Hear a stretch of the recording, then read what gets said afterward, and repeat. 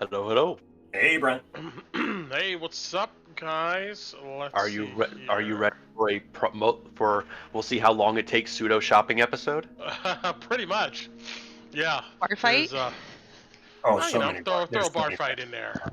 Yeah. What's up, peoples? All right. Well, it looks like these avatars are acting up again, so I am turning them off. Yeah, Torrens is not there. See, I don't know why it goes in and out, but sorry, no avatars for you. What over here? Right here, Brent. But it's so cute. They are so cute. Yeah. I need to find a better place to store them on Discord. I don't even know if that'll fix it. You know what I mean? I don't fix it. But all right. Did you give Koo the ability to make the stickers and stuff like she was talking about? No, because I didn't know exactly what was going on, and I was busy and I didn't get back to checking it. Let's. Yeah, I don't know. I can do it. I don't know why I don't know Koo exactly can't. what needs to be done. Like what? Send them to me, Koo. I'll upload them. Upload them where? Where are we talking about? Like I'm confused. We want server stuff that we Through can the send through the server. Mhm. It's under server settings. It'll be emoji or stickers, and Server I have the settings. able Yeah, I have the ability to upload them. I do have the ability to do it. Yeah. So. I didn't know yeah. that. Okay, I do Wait. it now. Yes, Yeah. you can spam spoon emojis. So we'll have our own emojis and stuff of like the chibis that Koo makes or like the spoons and stuff that we can use in the server. But it was more of, since it's your server, we had to make sure you were okay with it. Well, Yeah. how do you find this? Where you? So at the top, under it says BD the DMRPGs, Yeah. the little carrot down. You click that, go to server settings, Gotcha. and then you'll see overview, emoji, and stickers, and you can upload emoji like she's doing right now. And you can have animated ones too. Oh, cool. I did not know this was a thing. I thought you guys were talking about the actual stream characters. Like, he was trying to swap that out or something. I was like, all right, we got to get back to that. Oh, okay. All right. Yeah, go for it. You can do it. I don't care. Like, dang. Apparently everybody has access to my shit. Now I can upload. See how respectful everybody is, though? They have I know. access and they're not even doing it? Look at I'm that. not deleting my messages or, you know. I'm I locking feel down now. Yeah. That's pretty cool. Cool, I did not know this was a thing. Ha! Yeah, kind of like I did on the Thursday one with the ones that I had Kudu. I was for wondering, fraud characters. like how you got all these different, you know, emojis. I thought that like once you got Nitro or something, you just get these emojis and things. Well, it's So- from different servers, and Yeah, you can have a setting on the server if they can use outside emojis or use yours in other servers and stuff.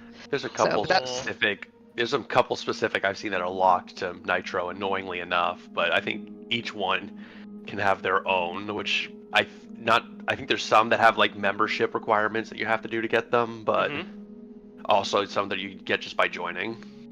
Okay, doke. It's a whole thing. All right, so Cola Body Carl hit me up. He said his stomach was bothering him, so he doesn't think he's going to be on here tonight. I So hope he feels you better. know, I hope you feel better, Carl. Maybe he'll peek in and watch here and there. Maybe he'll hop on later. We'll go ahead and see. And I also know that we've got a couple other people sick here, so yeah, we're gonna take it easy. I don't think we have anything too crazy that's gonna happen. That's what you say Maybe. We'll see. We'll see. We hear that. We never. I'll make sure fun happens. It'll be good. There we go. You got a few Okay, characters actually- that pop off at the drop of a hat. Actually, no. We so- do have something planned tonight. We're gonna take Louie's uncle out into the Oh yeah, town. we're gonna film the Gil Lily. We're gonna go to the. Yeah. We're gonna take him to Gil Lily. That's something. Yeah. Nothing could go wrong. Okay, so let's see here. What else? Oh yeah, I gotta share my thingamajig.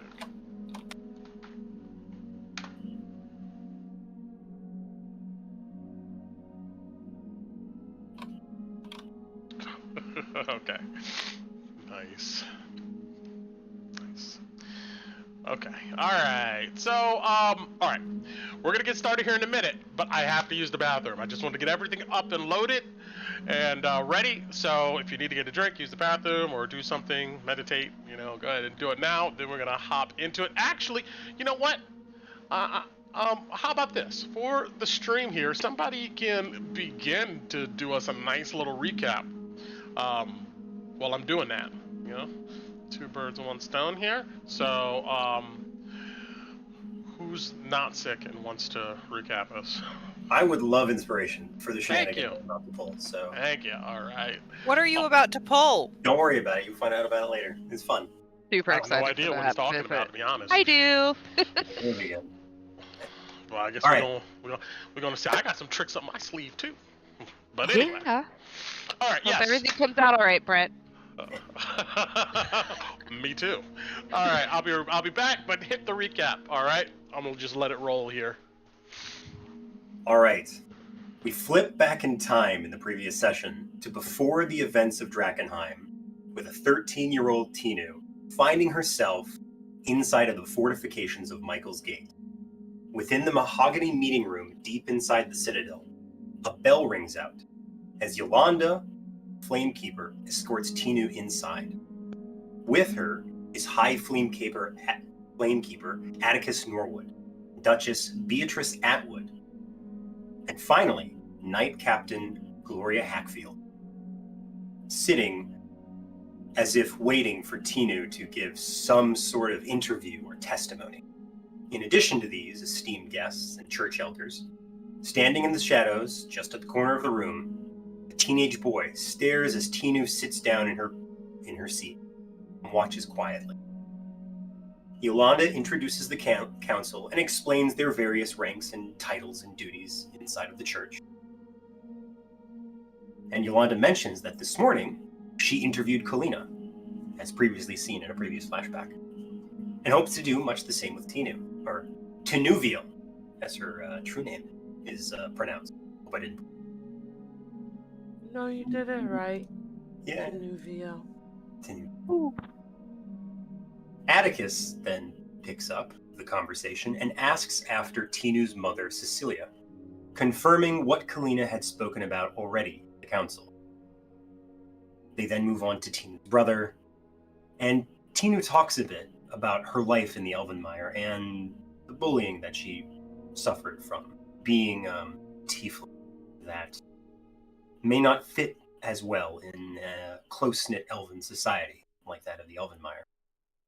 Though to Tinu's mind, and Kalina's as well, they both consider themselves elves. And Tinu talks openly about her elven upbringing and is adamant about her place within the Elvenmire, which Atticus and Beatrice seem honestly flummoxed, perhaps even flustered.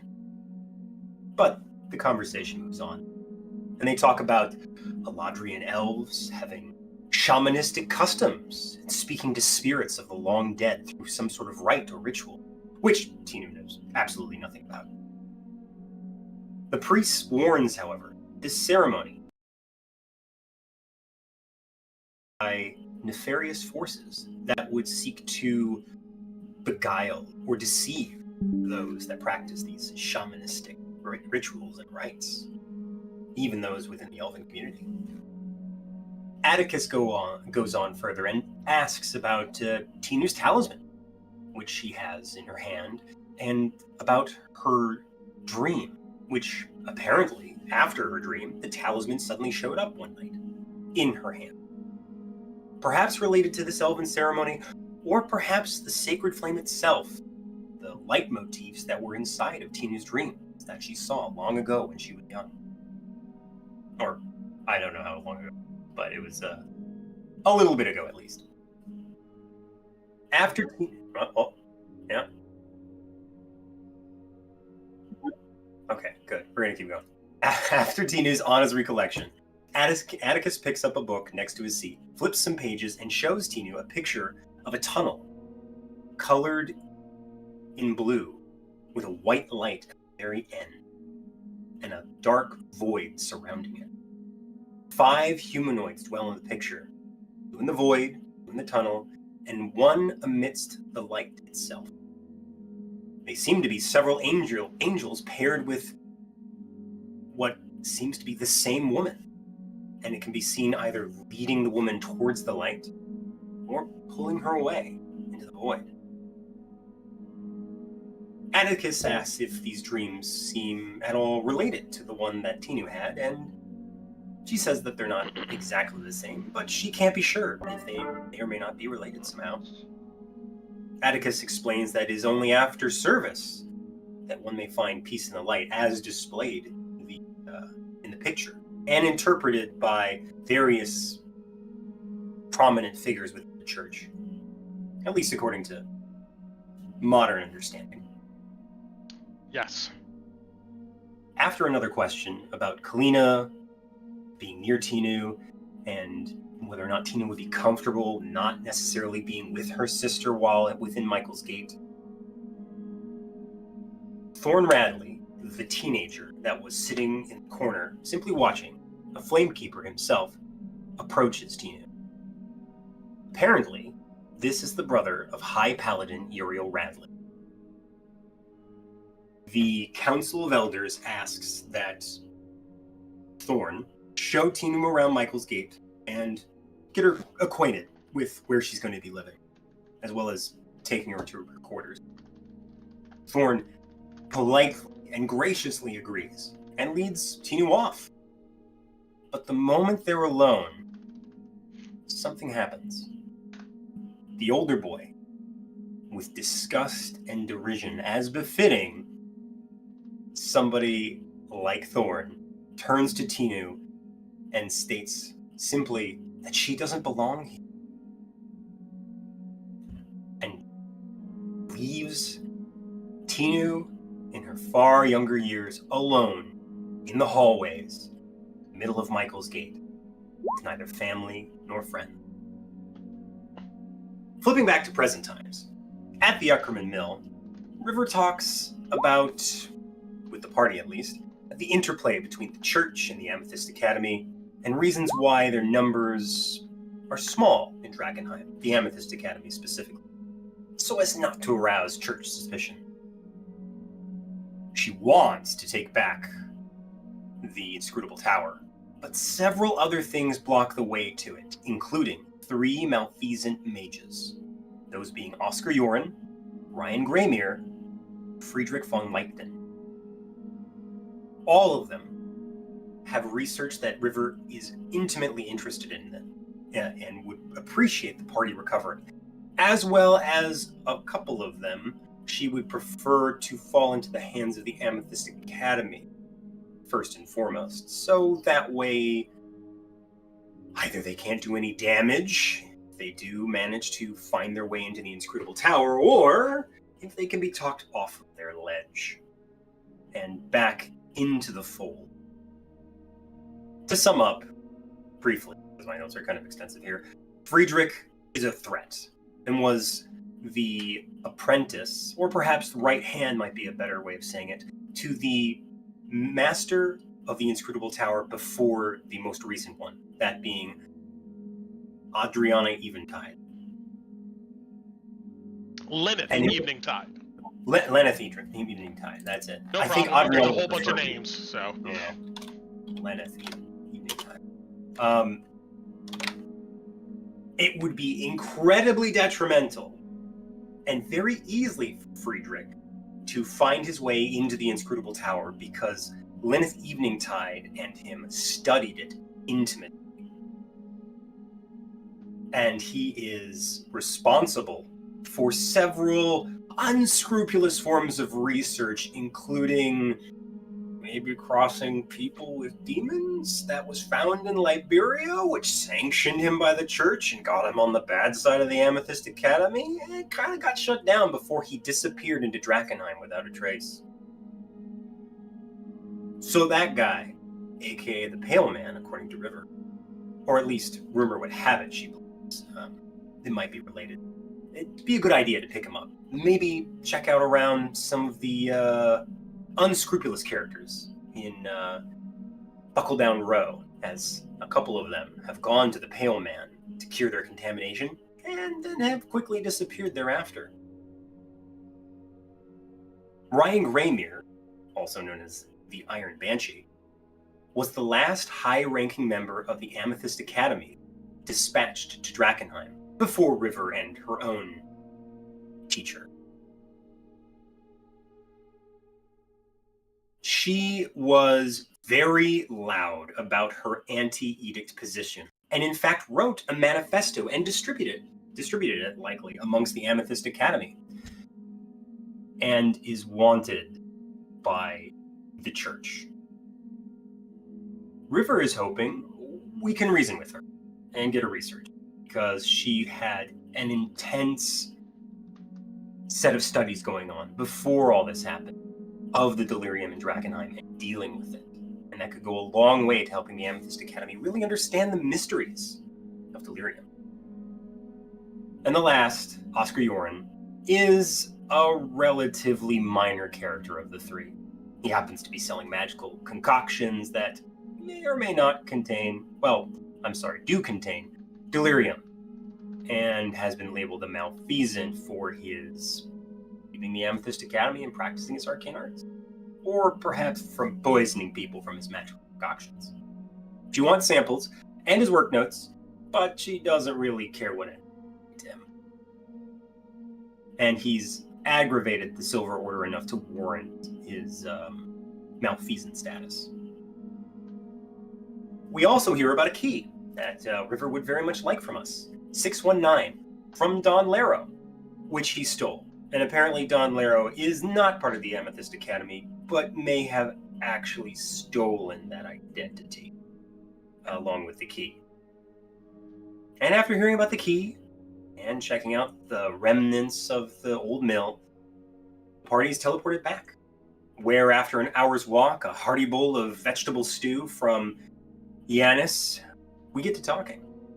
A brief convo between Torin and Ron happens about Toron's visions and his moment in the scar. And we return back to the bedrooms below, and Ron and Torin are investigating the soul-filled delirium crystal. And the crystal shouts back Ron's mind, telling him that if he wishes to find the truth, he must seek out Lucretia Matthias, find the future that she has foreseen. To go to the crater means that Ron must travel to St. Selena's monastery, where he might meet Lucretia Matthias and return this crystal to her himself. Find his answers from her alone. A few other characters talked, including Aloe and Alice, about River and deals and yada yada yada, boring stuff. And I know Carl isn't here, but Carl, this is for you. Romero showed up and was like, "Hurry it the hell up! I'm a little peeved. We should be moving on things." Romero's a little bit of a firebrand and a fire spit. That ends the recap. As we return, I hope the following morning to pick it up. Dungeons of Drakkenheim. Yes! Excellent! Thank you, Loey, aka Shane. You have acquired inspiration. Excellent recap. And so we're gonna hop right back into it here. Some years ago, in the northern portions of Ilaria, at a wonderful place called Michael's Gates. I was a little hopeful. I was like, oh, maybe Brett will be like, oh, we'll continue next week. No, we're gonna knock these out. Knock these world building segments out here. All right, so let's see.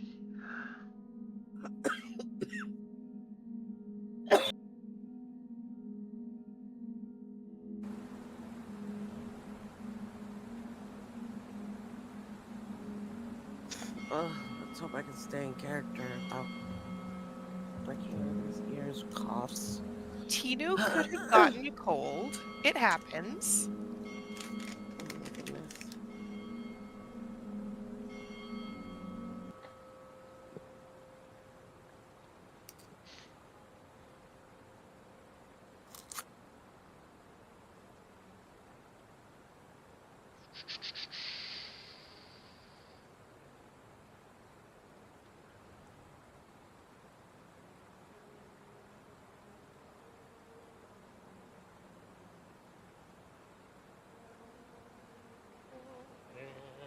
All right.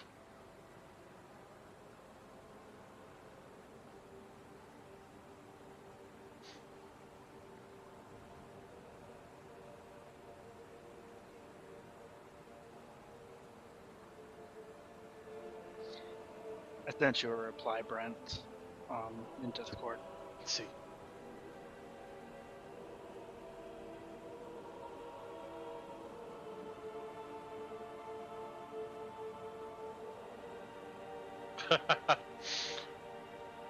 Let's see if wait. I might Up to you have. if it doesn't take much time. I'm. Let's see.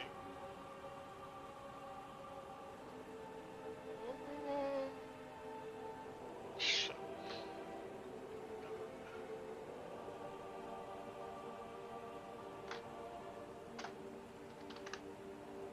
Alright, let me just see if I can get. Here we go. Is this.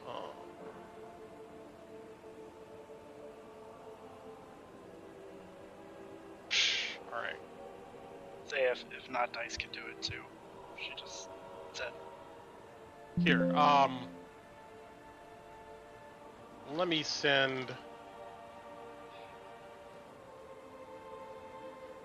I'll send this to you, Dice. If you can make a quick token for me of just the beautiful kind of body of this creature. Got it. Okay. All right.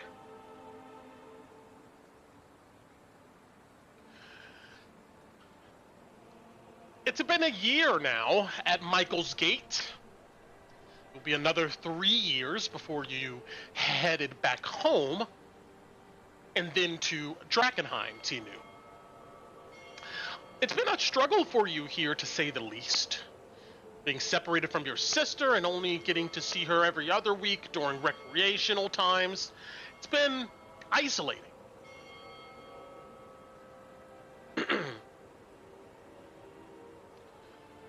You sometimes feel like you and Kalina are maybe drifting away from the life you once knew. Made this place feel even more alienating.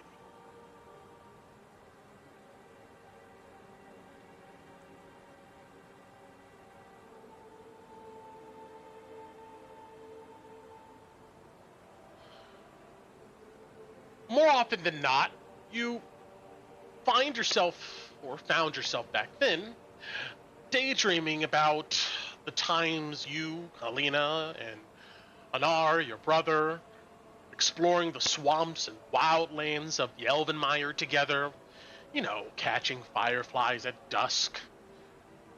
Not an adult in sight. Only returning home when night settled in. You recall during harvest time shucking grains at the edges of the swampland with the rest of the community. The elders idly kind of humming ancient folk songs and forgotten dialects of Elven. You knew everyone, and everyone knew you. At night, when you sleep in your dormitory here at Michael's Gate with the other students, you look out the window to the stars, and sometimes this will bring back the memories of the meteor hitting Drakkenheim, then the refugees from the cities stumbling into your community's lands, sick and dying of what you now know is contamination. You and your sister would use your interesting powers to heal them, sometimes successfully, most times not. Although you and Kalina experienced a new sense of purpose, maybe, even as a young child. Seeing your elven community go from glances of suspicion because of how you looked to gazes of trust meant a whole lot. Now, you remember the quote-unquote, as your community called her, the Lady of the Land. This lady here.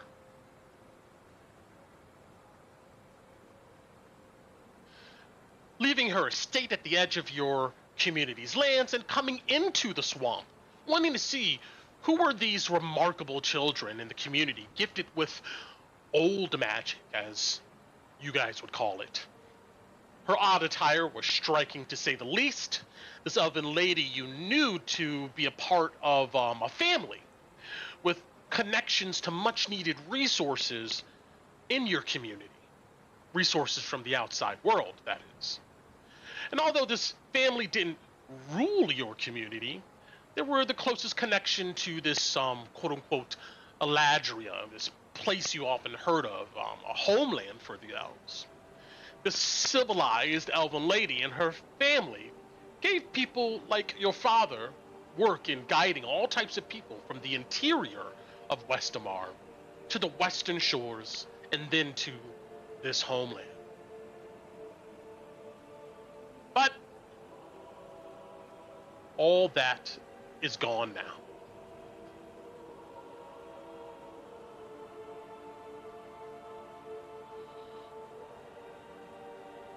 Everyone you knew and cared about is hundreds of miles away.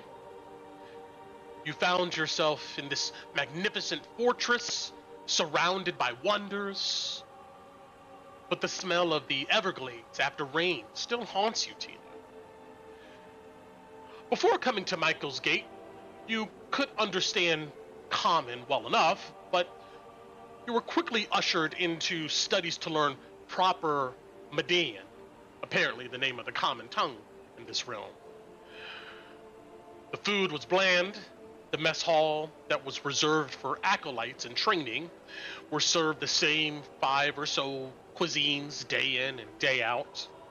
Classes rotated on a set schedule. Knights arrived back to Michael's Gate from places like Westamar to much fanfare, and then new groups left. The clock towers struck the hours, and the clerics of Michael's Gate moved accordingly.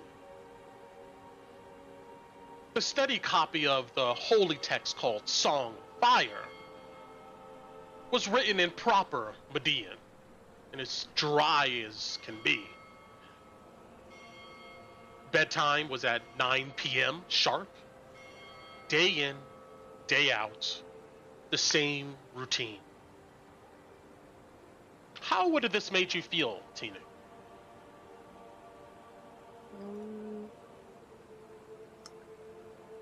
It sounds horrible here, honestly. What a Like drag. she doesn't want to be here.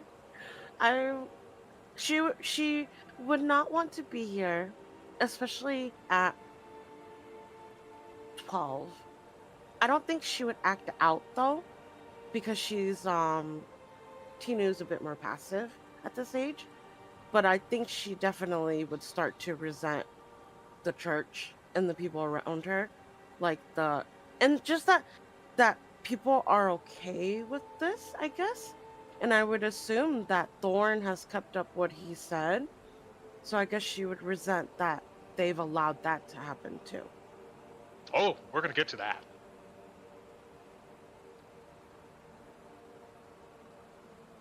All right.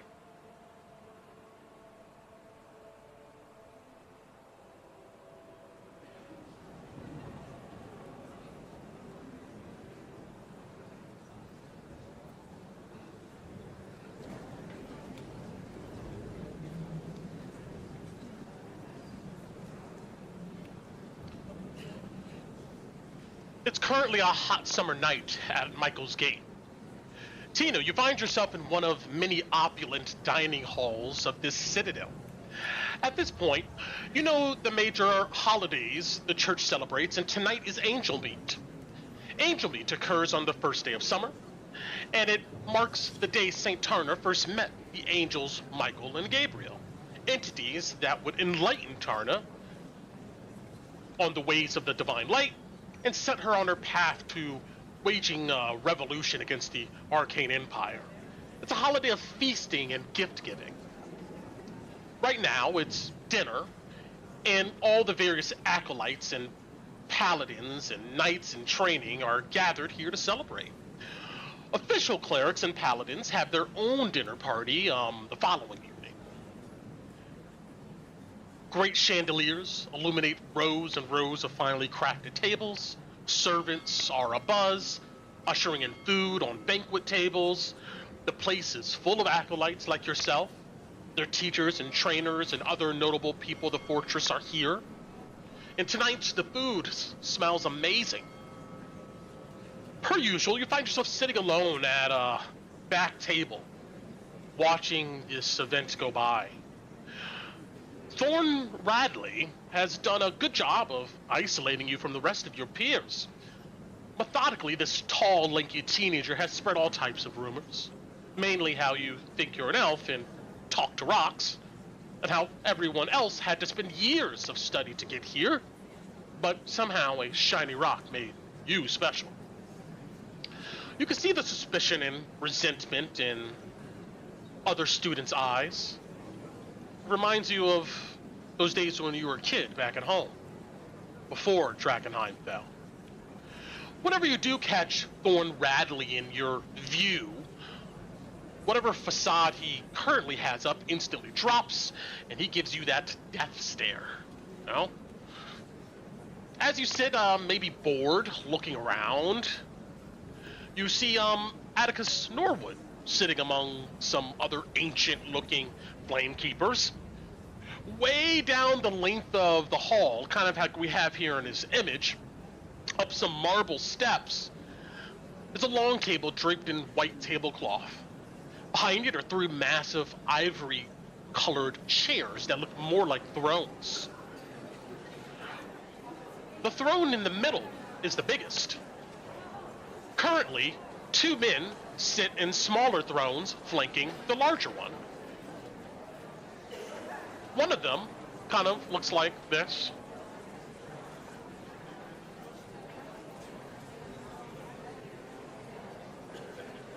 Psych. Actually, here's his real image. Let's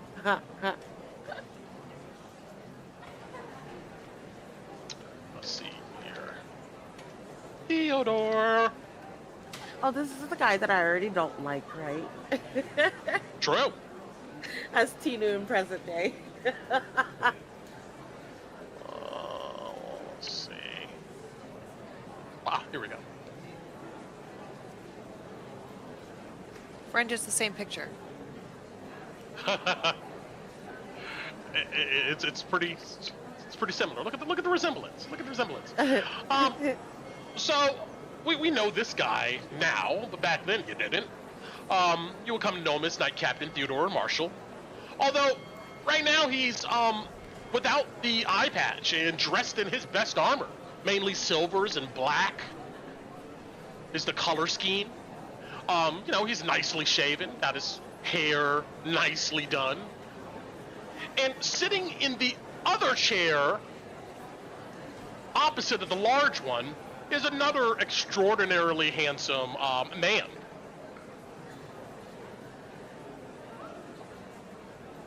Why are they all handsome, Brett?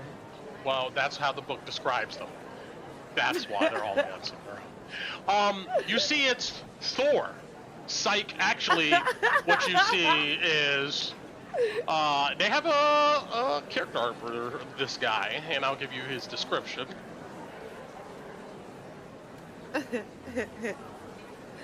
This dude, right here. Oh my god, that's the same picture too. I know. Come on. We know what you're doing, Dungeon Dudes. We see your inspiration. This man, he's, you know, kind of a lanky build, but he's incredibly fit, has wispy, unkempt, well, actually not right now it's unkempt, he has some nice golden locks going on, falling down just past his shoulders, and he keeps a blonde trimmed beard and mustache, prominent chin, dark sunken eyes of piercing sky blue. His angular jaw and thick brow give him a stern and maybe brooding appearance. You see that he's wearing shimmering full plate. Next to him, he would have this hammer and shield.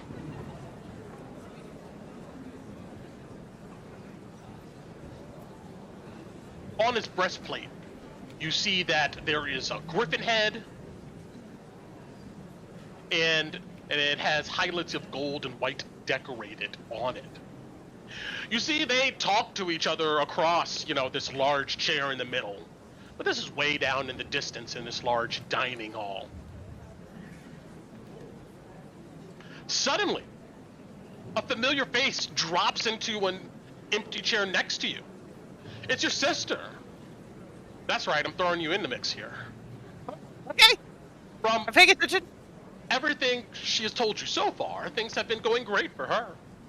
You can tell that, she's picking up a bit of muscle here. Right now, everybody's dressed in their best tunics. What do you say to each other? Kala.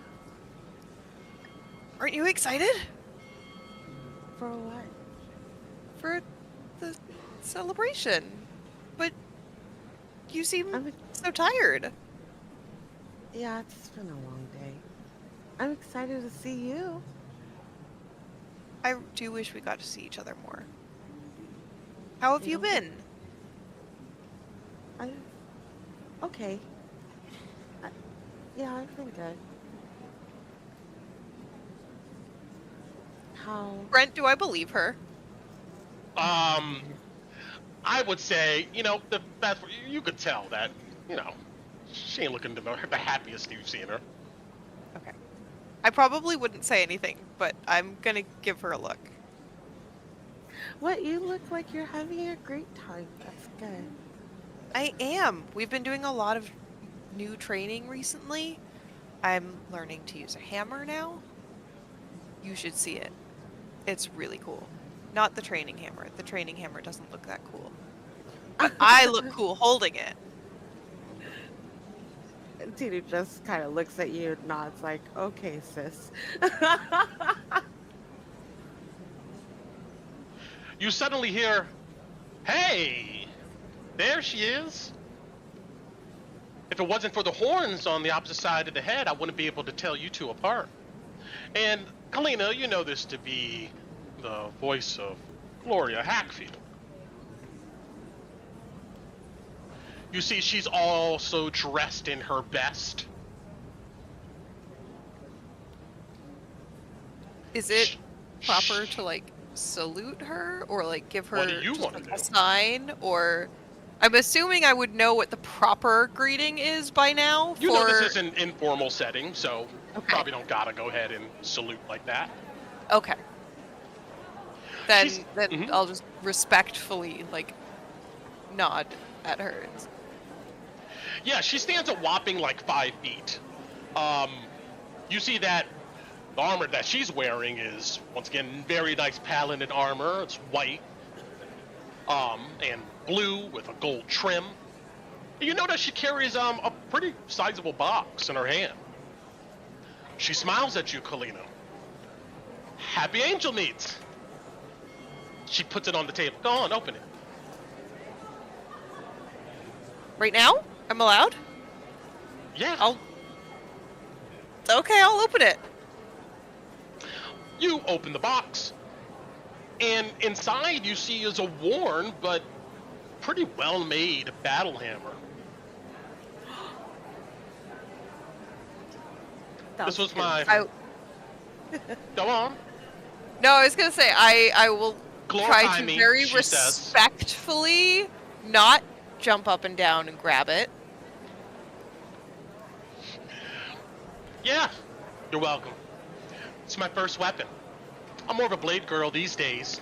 Nothing special about it, but I figure it can be used, and you maybe can grow to love it, care for it.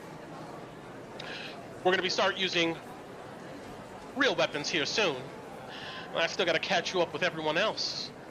Hey, Tinaville, how you doing? Okay.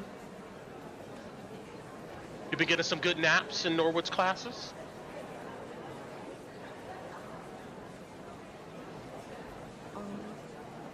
I don't sleep in class. Who said that? Oh, I've always heard that he was kind of a bore. No, it's okay. Let me turn you up. I can't. Sorry. I'm usually super loud, but You're good. I'll turn you up. Is You quiet are fine. too. Just a little bit. There we go. You see that Gloria looks you up and down. You can tell that she sees something's wrong. She goes, why the long face? See, she sits down at the table with you. No, worries it. It's just, there's a lot of people. I know a lot of people to meet. Plus, there's some good eye candy up there. You see, she points to the front of the dining hall where Theodore and Uriel is sitting.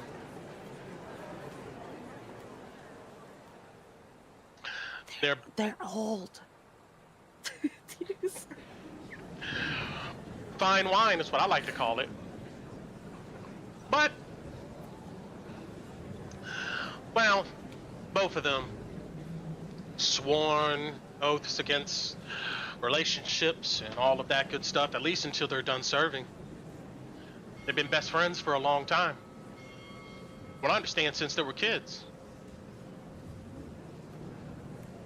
Oh, that's really loyal. Yeah, Yeah. depending on how things turn out in North and West Damar, Theodore may be elevated here, and Uriel can go ahead and take a rest, and maybe I can get a date. But we'll see. Does he like you too? She gives you a side eye. Not yet. You should talk to him today. I talk to him all the time. No, I mean talk to him like flirt. I don't know if this is the appropriate setting for that. We got a special guest here tonight. Oh, but isn't this supposed to be a party? It is, but there's still a special guest. The specialist of guests. Oh. Okay. That's not one of them?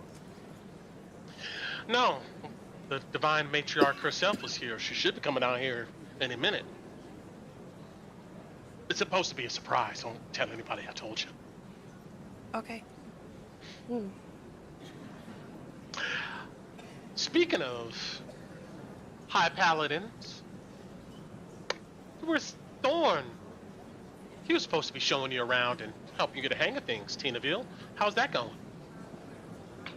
It's going good.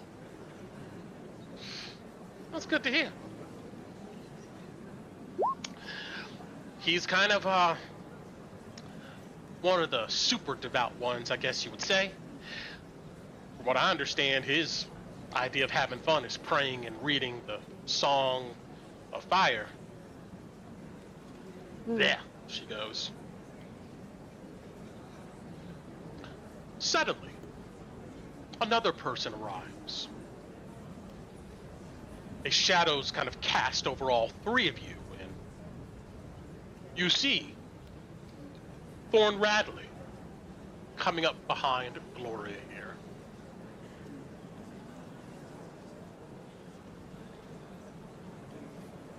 Brent, have I met with him before, or not really because I'm in a separate area? Not really, because you're in a separate area. Okay, I'm gonna just sort of elbow Tinu. Go, he's really cute. Why don't you go talk to him?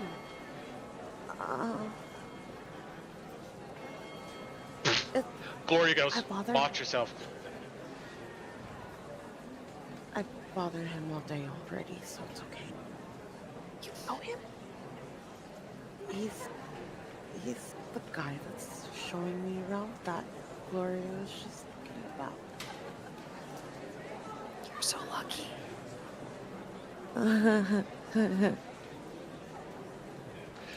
Tinu's literally shrinking into herself, and she's trying to be like, don't let them know, don't let them know, don't let them know. So she's probably bouncing her foot, because Ku's doing that right now, real life. She's bouncing her foot under the table, but like above table, she'll look like she's fine. You see Thorn Radley walks up behind Gloria here, and you see Gloria turns around and she almost jumps.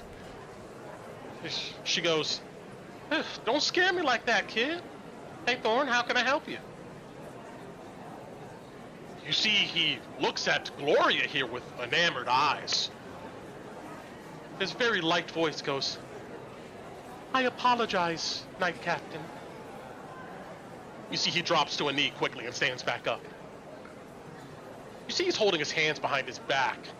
And from behind his back, he suddenly presents what looks like a taxidermied rat. It's holding a miniature sword and is dressed in armor. And you can kind of still smell like the death wafting from this thing. Thorn says, Chapter 47, verse 9. Saint Tarna stood amongst the meek and said, they may see you all as rodents to slay, but little do they know even the smallest of creatures, when united, strike fear in the hearts of mighty. It's for you. You see he gestures it out to Gloria. I caught it yesterday. I just finished. And he smiles kind of really awkwardly. See, Gloria swallows hard and goes, thank you, Thorn. I appreciate it. Leave it with one of the ushers and I'll make sure I get it later. You see, Thorn looks at both of you, Tinu and Kalina. And then suddenly, almost like it took a lot of courage for him to do such, he grabs a seat and he sits at the table. Of course, well, I've been making sure Tinuville here is catching up fast on her studies. She'll be one of us before you know it. And he looks at you, Tinu. Tina just nods. Brent, has Tina seen this guy do, like, stuff like this a lot? Oh yeah, as described like the earlier? dead rat? No, the dead rat stuff? No. Oh, okay. So this is the first time I've seen him actually, like, do this. Sure. So, oh my god, Tina's so scared deaf right now. She just nods yes. She doesn't say anything. Thank you for looking out for my sister. You're a paladin already? No. I'm better with my mind. Focusing on the faith. I look to be a high flamekeeper one day. Like your sister. She's really funny, you know, when she opens up. Isn't that right, Tinuville? Oh, yeah. Yes. We get along great. She's been really fast at picking up things. Usually it takes someone new several months to just manifest a light, but Tino here, she arrived with all of that solved, just like yourself.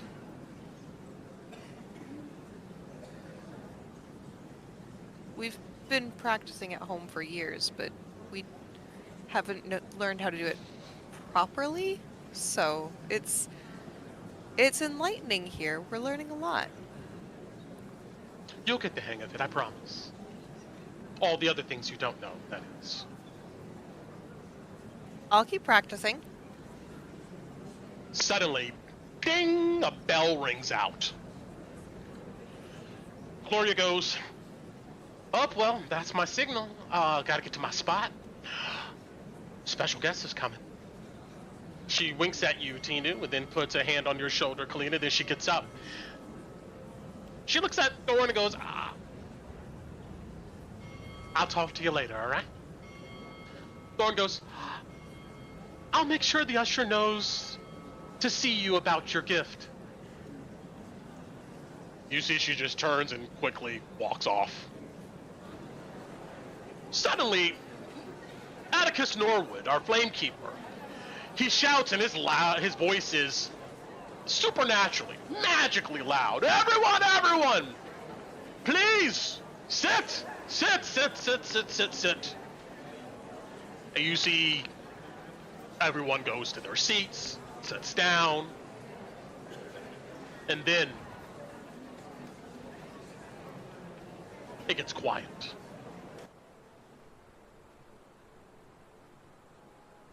Besides a few murmurings and coughs here and there.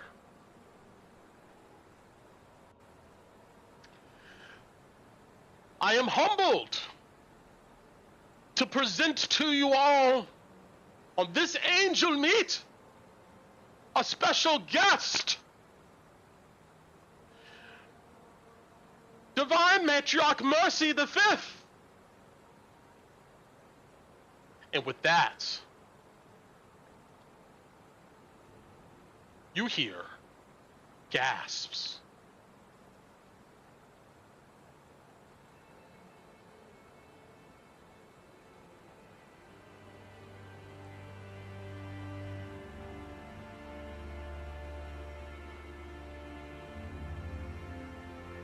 From a corridor behind, like almost directly behind your guys' table, you and Kalina here and Thorn, you see the Divine Matriarch emerge, flanked by several priests and paladins, and ushers with platters of food and silverware.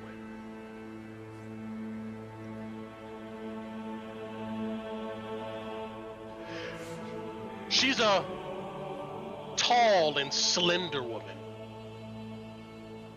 She looks to be only in her late 40s, considering most of these high flame keepers and elevated folks are easily older than that. She has long, wavy black hair and a striking gaze. Her garb consists of ornate flowing white robes with golden trim and embroidered with golden filigree. The symbol of the sacred flame is emblazoned prominently upon the robes, and she carries a long scepter of white gold and wears a large frilled collar that looks like golden flames flickering around her head.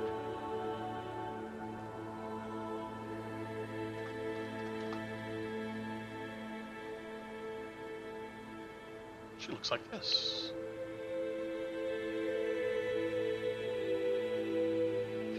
Those who are sitting remain sitting. But you hear pleased mumbling and gasping. Those who are standing immediately drop to a knee. Knight Captain Theodore Marshall and High Paladin Oriel Radley stand. With the Divine Matriarch leading, the group begins to pass near you.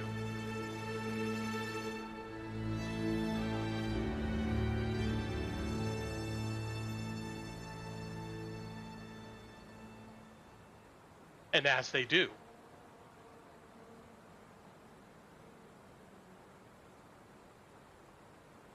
Oh no.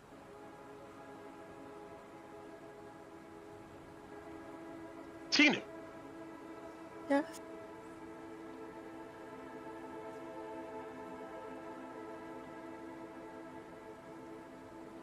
you suddenly feel a massive jolt from under the table on your chair.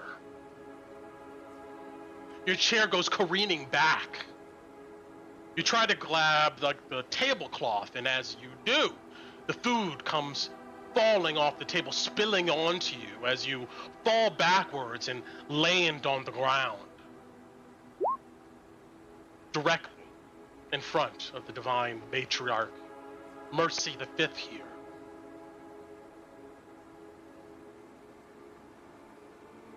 You hear a bunch of gasps.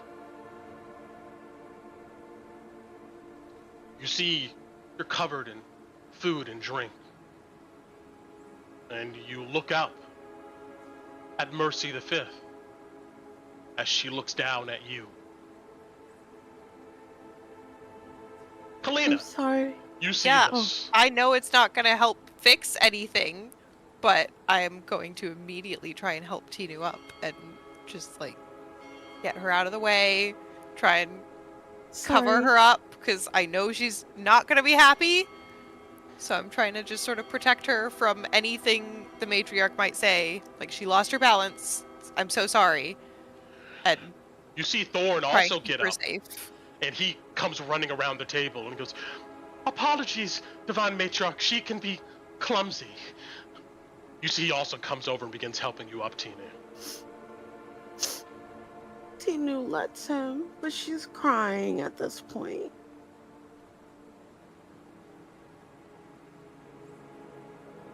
You see, Percy the Fifth comes over to you, Tinu, and goes,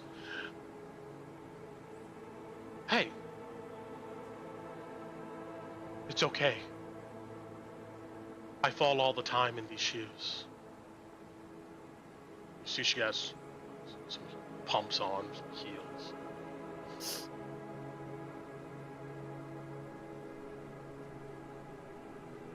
Thorn, Mercy says, and you see Thorn snap to like attention.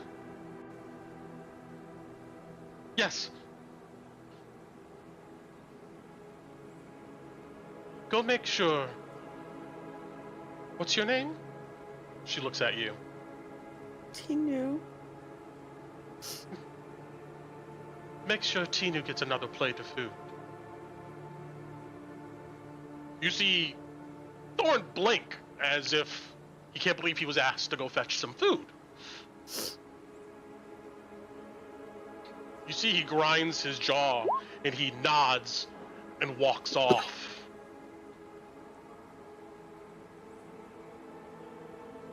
Mercy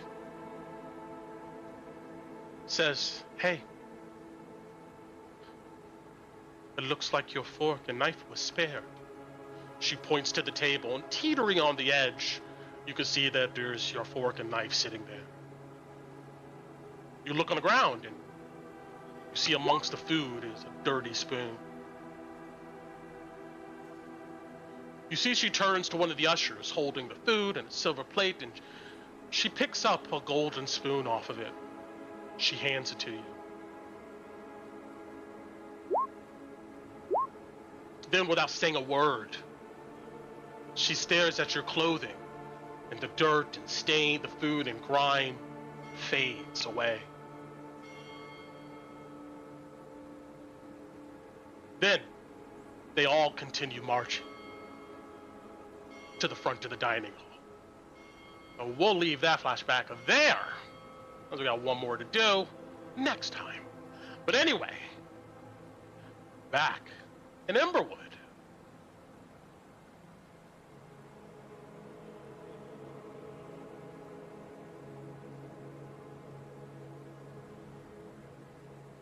I gotta close like a million different things now. All right. Emberwood Village. And let's go to...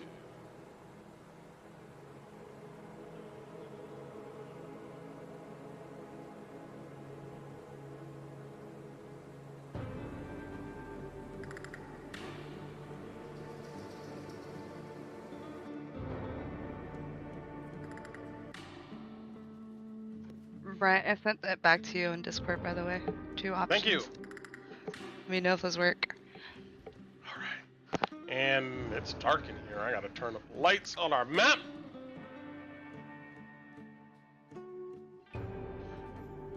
It's another beautiful day just outside of Emberwood here in Westamar near Drakkenheim.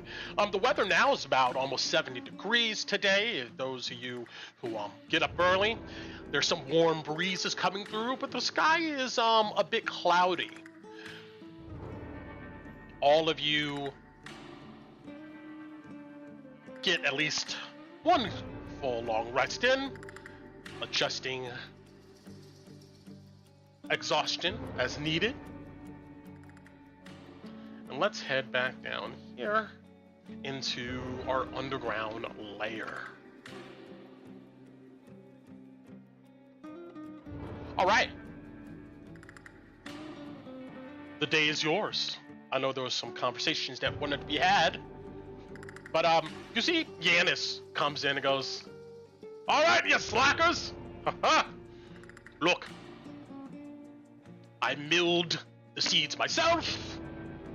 The flour I got from Kolgar's ship is a bit offy, but my spice rack still rings true. Biscuits."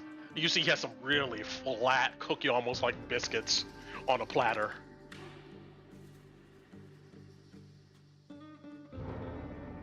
The others will be awake in a minute. Anis. Say, we're going into town today. Did you want to come? Pick out some things that you wanted to buy. goes, you see he suddenly looks nervous. I don't know how to deal with people, nephew. Oh, you don't have to talk to jack shit. I'll do all the fucking talking. You just point, we'll buy it, and that will be that. Well, I wrote out a list already, but I do want to go out to whatever you're doing tonight. Alright, fine. Give me a list and, go on. But you're coming out tonight, like you said. Aye. Yes. Can't have a dwarf not getting a good drink in him. You're not gonna find that in this place. You're right about that. Well, I gotta go pop a squat. You see that, he then exits and leaves you guys to your own devices. Is Alice still asleep at this point? No, she woke up. She's just laying in the bed, holding Venus. Alright. Loy will nod in towards Alice and then close the door. Some privacy. You see, I have it. Venus looks at you, Alice, with his dumb eyes and slack jaw. But you hear radiate out from him. Venus is a good boy. Venus is good boy. She'll pet him. Yeah. He sits there on your lap. All right. So we have several things on our agenda here, and I need you guys to let me know, what are you doing, when are you doing it and stuff. I know you've got 2 downtime days going on. We're going to have a visit to the Guild at Lily, so there's going to be some shopping. I know Loie wanted to go to the Guildstead Bank. I know Rhonda wanted to visit Old Zoya, and then there's some investigations for Don Lero, maybe Bullet Press, Pale Man, Commander Elis. I have a note here for the Silver Order, but I forgot what that was about. Then, of course, you guys are looking to travel to Reed Manor in a couple days. So, you have a busy day ahead of you guys. What are y'all doing first? We can do a bit of role play here. Any characters that want to, step aside or do something, just let me know. But I'm assuming, it's about 8 a.m. in the morning. Sun is kind of just coming up. But I'm assuming in the morning time you guys are moving about this place, doing things that you want to go ahead and do. Seeing Torin up, Loie would look across the way and say, "Ah, Torin, lad, get awake." Maybe muted. Yes, he is. Sorry, didn't want to interrupt that wonderful story with the spoon lore, but yes, I am awake. Good. Scratches the underside of his beard.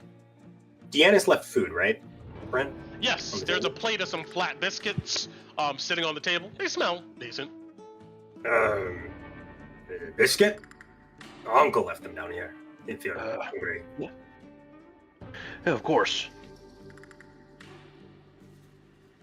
He's making a list. We'll be getting food soon. I'll buy it. All right, sounds good. Yeah. Say, going around a little awkwardly. That book at your hip, and is that a ledger of some kind? I mean, I know you cast magic, but you ain't with the Amethyst Academy, right? Despite how they act, the Amethyst Academy is not always a volunteer organization. I have done some work with them and had my time with them, but I would not consider myself one of their number per se. Right. But your education, your book learning, you any good with numbers? Yes, I would say so. Put you through your paces then. Taught you your arithmetic and what's it? Arithmetic, bookkeeping, understanding of taxes, levies, tariffs. Oh, yeah, I'm good for that. Why do you need to look at something? Well, actually, now that you mention it, Are you in more trouble? no, The opposite, actually. I'm solving some things, but I don't really have a good head for. Well, you see, it wasn't my business back when I was with McLaren to do the contract negotiations and reading papers. I'm not really good at that. All right. So if you're free, you want to read some? Could you help me read some fucking contracts from the bank? I could use some help. Absolutely, yeah.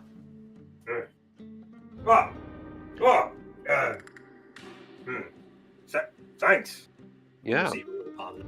Agree. I'm not unfamiliar with how some of those things can screw someone over. So yeah, if you need some help with that, I can definitely read through it with you. Can't guarantee I'll catch everything, but. Well, last time I tried reading, they clocked me on the back of the head and poisoned me and had me in irons. I don't look at it if I sign anything when that happened. Good so point.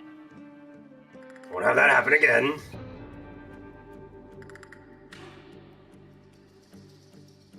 But yeah, it'll be you, me, and Adi. I figure and he looks over at Ron and Coolabody. I figure you guys are going to want to be doing something else. Unless you're interested in listening to contract negotiations. I mean, I gotta run in town. So, I was assuming we were all kind of going as a group and splitting off from there, but if you guys are hanging out here, then I can always head into town and look at your list and take it with me. Oh, you're right, Ron. Actually, if you want to handle that, that'd take a load off my mind. I don't have to... Hold on. And Loey, reaches down for his coin purse. Here, take this. I want to make sure he gets some nice stuff. Yeah, he's had a... go with it. Ron, add 10 gold to your character sheet. Sure.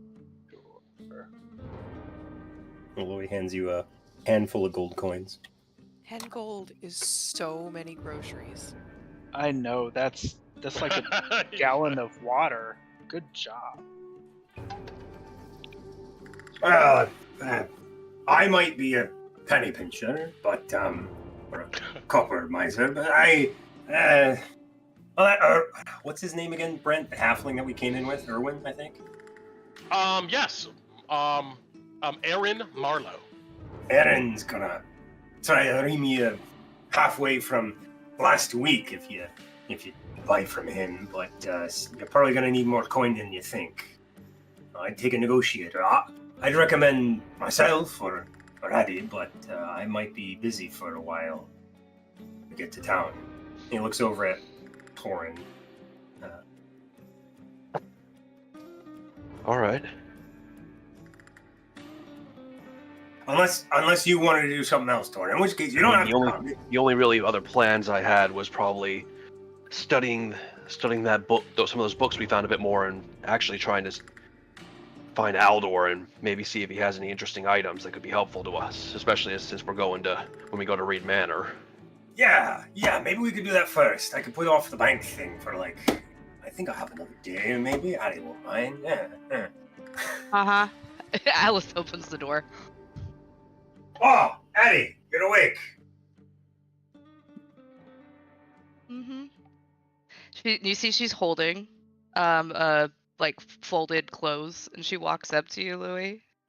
Nods good morning to Torin and Ron, hands them over for when we go talk to the bank today, and she's gonna hand over a set of fine clothes. There's a gotta wear this. This is all.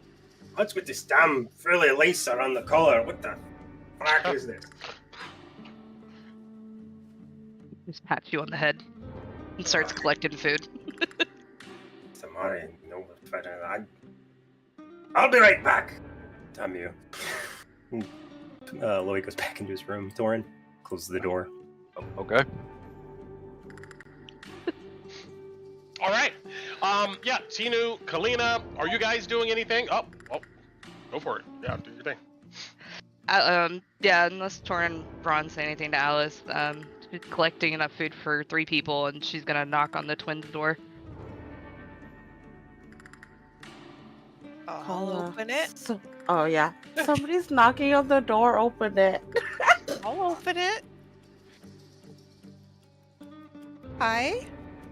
Hey, good morning. I brought breakfast. Can I talk to you guys? Yes. Come in. I'll just move out of the way. He kind of walks past you and hands you guys the biscuits and whatever else Giannis left out. You 2 feeling all right? Tired. Very, very tired. We just heard Tina groan from under her blanket.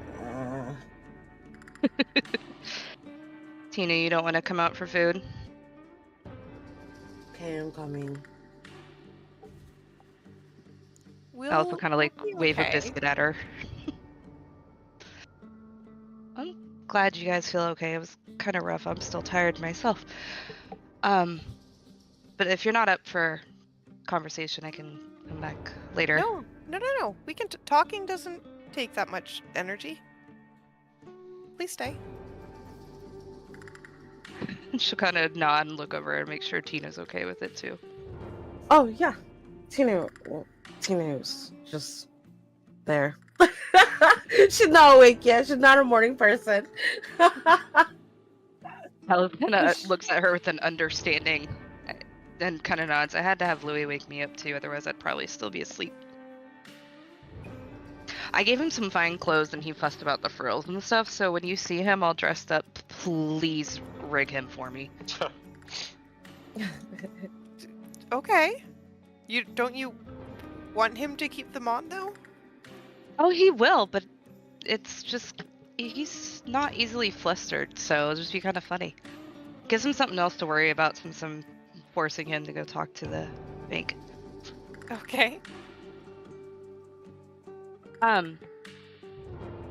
The conversation with the River earlier, yesterday, however that works out in the time frame. With Von Leichtman. Did either of you get the sense that she wasn't telling us the whole truth? I don't think she's ever telling us the whole truth. She's those types. Well, I can't say that. Everybody's like that here. That wants something from us, where they only give you enough information to lure you. Is that the right word? Yeah. Mm-hmm. That's Until you get baited. exactly. I mean, it's typical. Did any of that information kind of strike home with you guys about anything? I'll look at Tinu and just... Yeah, Tina looks at Carl. Yeah.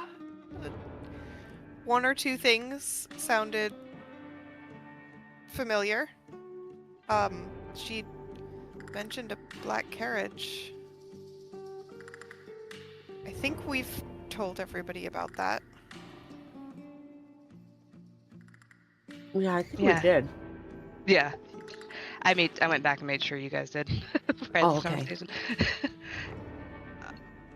What else?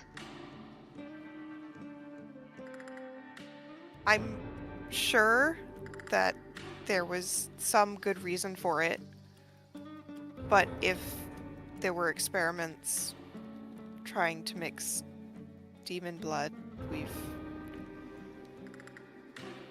heard a few things in our past that maybe we have some of that. I'll just sort of like point at my horn, not really knowing how else to describe it.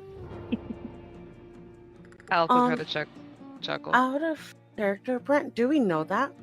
No, Like what? the regular tiefling lore? That tiefling... I would say that probably not, unless you like. I know my roommate Yeah, that's different. details or like poked me for looking like one, but we don't I don't think I know that that's why we're tieflings. Okay, so then Tinu wouldn't know anything about. Yeah.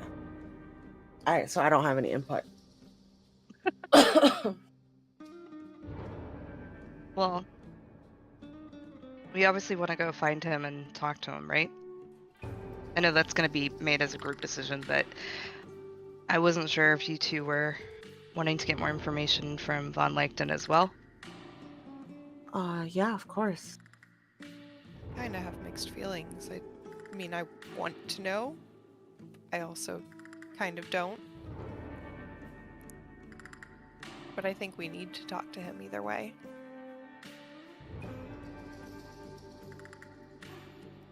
I do too. She'll kind of sit down and go a little cross-legged. So the reason I had asked River about the whole him working with the church was I was told by somebody that somebody who had no reason to lie to me, and I actually believe that for once, that Von Leichten was the one directing the clergy of the church that took my family and put them in with the Jones family. And it was also mentioned, because you two were at Michael's Gate, right? Yeah, that's where we trained. And this could just be coincidence, but I was also told that the blood from the gate, they used it on the twins with my old blood. Wait, what? When I was asking about Von Leichten, asked if my ancestors had willingly joined the Jones family, I was told that it wasn't willingly, and that they took her, the clergy of the church, with Von Leichten directing them. The blood from the gate, they used it on the twins with your old blood. And he does mutagenics. That's what we thought might have had something to do with our mom. Remember? Wait, I'm so sorry, you guys. Out of character, my brain is like going crazy. Wait, so Alice says she has a twin too? Is that what you No. just said? No. Oh, okay. I No. got confused. So what did No. she say? In regular layman's blood terms? The blood from the gate, they used it on the twins with old blood. And they're saying they used Alice's old blood on the twins at the gate. Oh, okay. But we had also talked about the fact that there might be, because our mom is a twin. Remember? Oh, yeah. Yeah. So we didn't know if it was her or us. And I know that I was also told that he wants to create life. He's the first of his field, which River said too. And the academy and the church wanted to see if it was true. Why would they And want to do that, though? I mean, River said it, to create divine Mageborn. Oh, yeah. I forgot about that part. But that's what we were told. We don't know the extent of it. There's also a letter that Orion showed me from Johanna that mentioned him, saying he was becoming a liability, and she would have his head if he found out he was still working with the academy. So I don't think River was 100% true and what they want to do with Von Leichten. I think, and they want him dead. He's got something on the academy.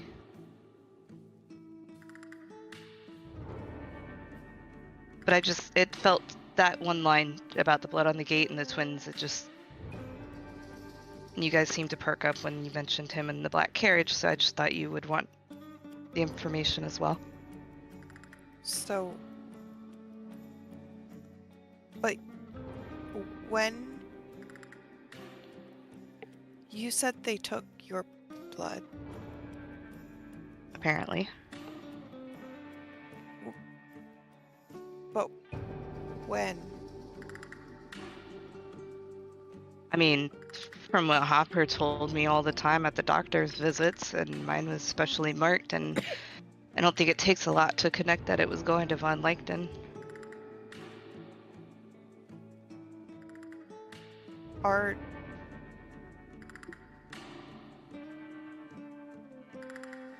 If our mom was taken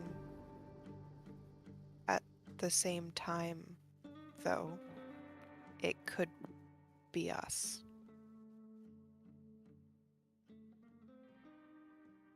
Al kind of shrugs. I don't know about the timing. I mean, I was born in Caspia. I wasn't given a time frame, but maybe. I don't think it. I don't know. When I asked about who was taken, that was generations ago. We know Von Leichten's been around for 300 years.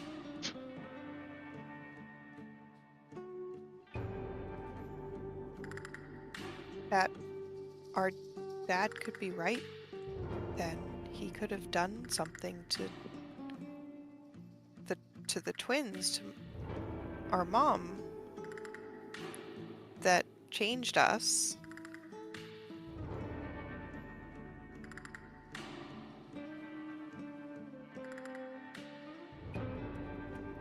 Maybe.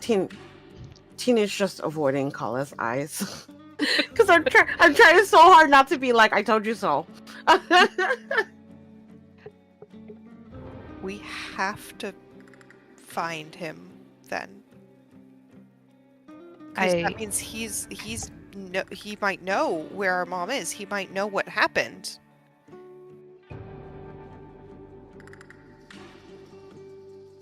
I mean, I'm down for finding him for answers, and I mean, I can press it to the group where this doesn't go to them if you don't want it to.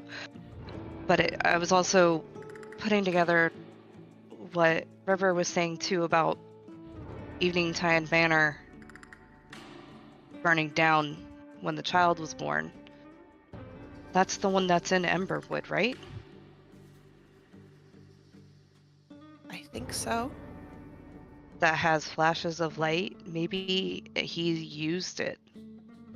So even before we get to him, I think it might be pertinent to go check that out and see what's in there. Not right now, but maybe there's something left by Von Leichten there. At least before we go after him. I could just be pulling rabbits out of hats, though. It just Addie, seems too coincidental. You grew up with, I mean, not the nicest people, but noble people. Mm-hmm. If he did, if his carriage was the one that took our mother, if he still wants something, would they keep her alive?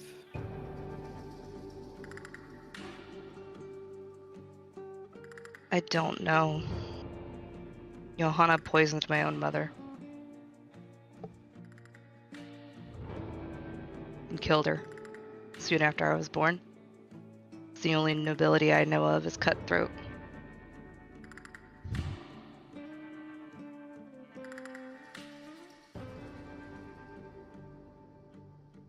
Okay. He would have to know that we're alive, though, right?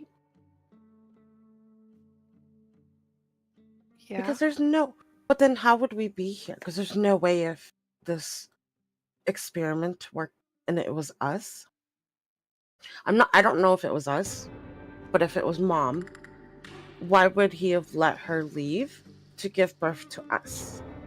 Does that make sense? I can't think of any other reason why she would have been in his carriage, though. He has to be a connection to her. No, I agree with that. I guess I'm just trying to figure out, like, why. I don't know what this man is thinking. River also said that people get picked up by the pale man in the carriage and left out, so.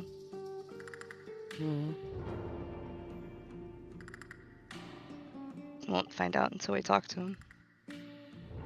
I'm sorry, I know it wasn't a great morning conversation when you're not feeling great, but I didn't want to. Oh, it's important. Thanks for sharing.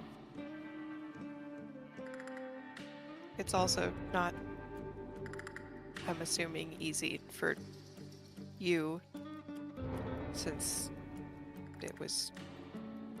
you were just a kid, so thank you. You're welcome. Did you want any more breakfast? This is great. That was really nice. Kind of give a little smile at that. I'm trying. Tinu's eyes are like flickering between the two, like there's something going on here. But she's not quite sure yet. But she's just like subtly looking at both of them like, Well, I gotta go make sure Louis knows how to fasten all the lace. You guys are coming tonight at least, right? She'll kind of stand up and like awkwardly like rub her hands on her outside of her thighs. Definitely coming tonight. And well, I kind of needed to go to the magic place. oh, night though. We're not. I don't think we're going. You coming to town too? Yeah, I thought we were all going to town. Yeah, I know we are. I wasn't sure if you guys. Oh no, I'm sorry. I was saying Kala. That was that Kala.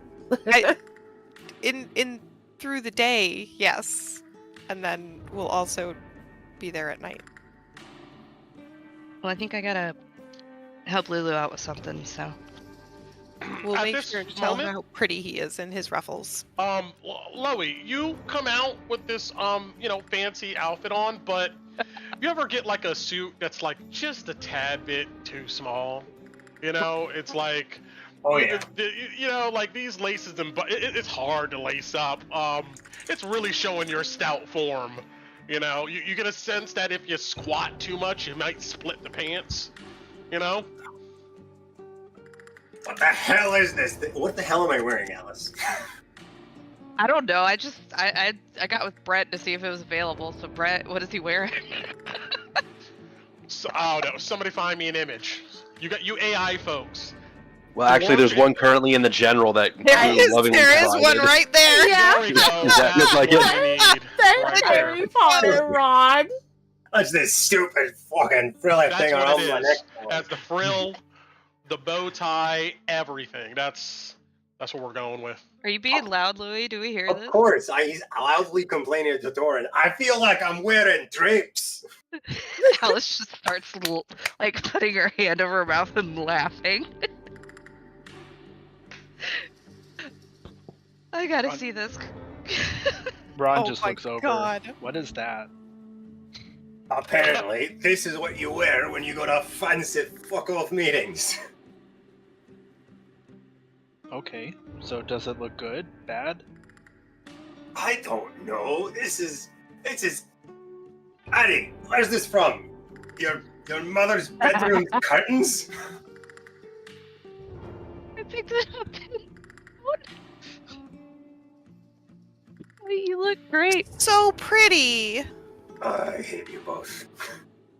Oh, I like that lace, Louis. You should wear that as your normal clothes. I can't even run in this damn thing. You don't need to run. You shoot your gun. She has a point.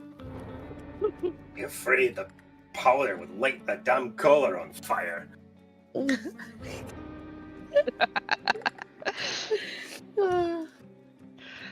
Oh man, they won't take you serious now, Louis.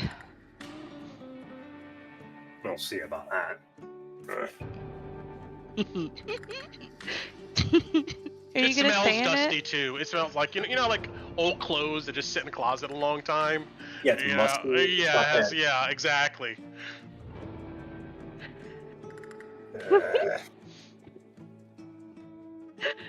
Oh man. Damn wedding.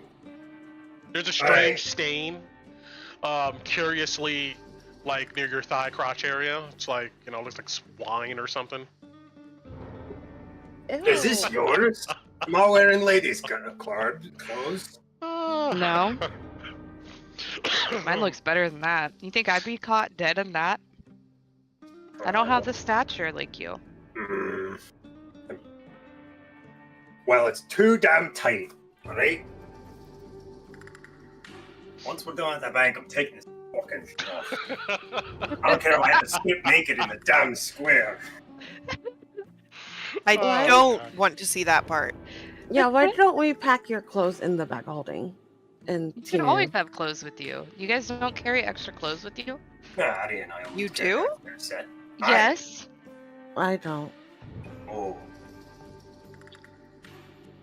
Yeah. That's a good idea, though. I'm gonna go get dressed myself. Hold on, maybe Torin needs to wear something. He's coming to the meeting too, huh, Torin? I have a lovely suit of polished armor I can clean anytime I want. Sorry, Lou, you're on your own.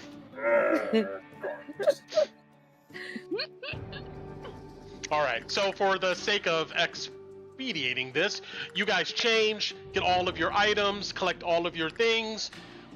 You guys head upstairs. I'm not going to move everybody. Yanis sees you, Loey, and immediately spits out some old coffee he's kind of drinking. He goes, "What the fuck is that?" Bank meeting closed, according to Addie. Doesn't he look nice, Giannis?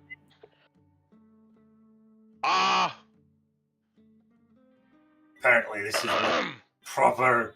You sure you're gonna get a good deal with that? I would have preferred to go naked. You know, he looks kind of like some of those ladies and lads I used to pay for back in some of the way station towns on the roads. The cheap ones. Look, the jacket even has a tail. He has one of those, like, split tails that go all the way down to the floor. Ain't that nice? Boy, If I saw you on the road, I'd rob you. Take everything but the clothes. If I rip these fucking clothes out of you, I'm not paying for it. You didn't have to. Why would you have to pay? You can change if you want and sell them.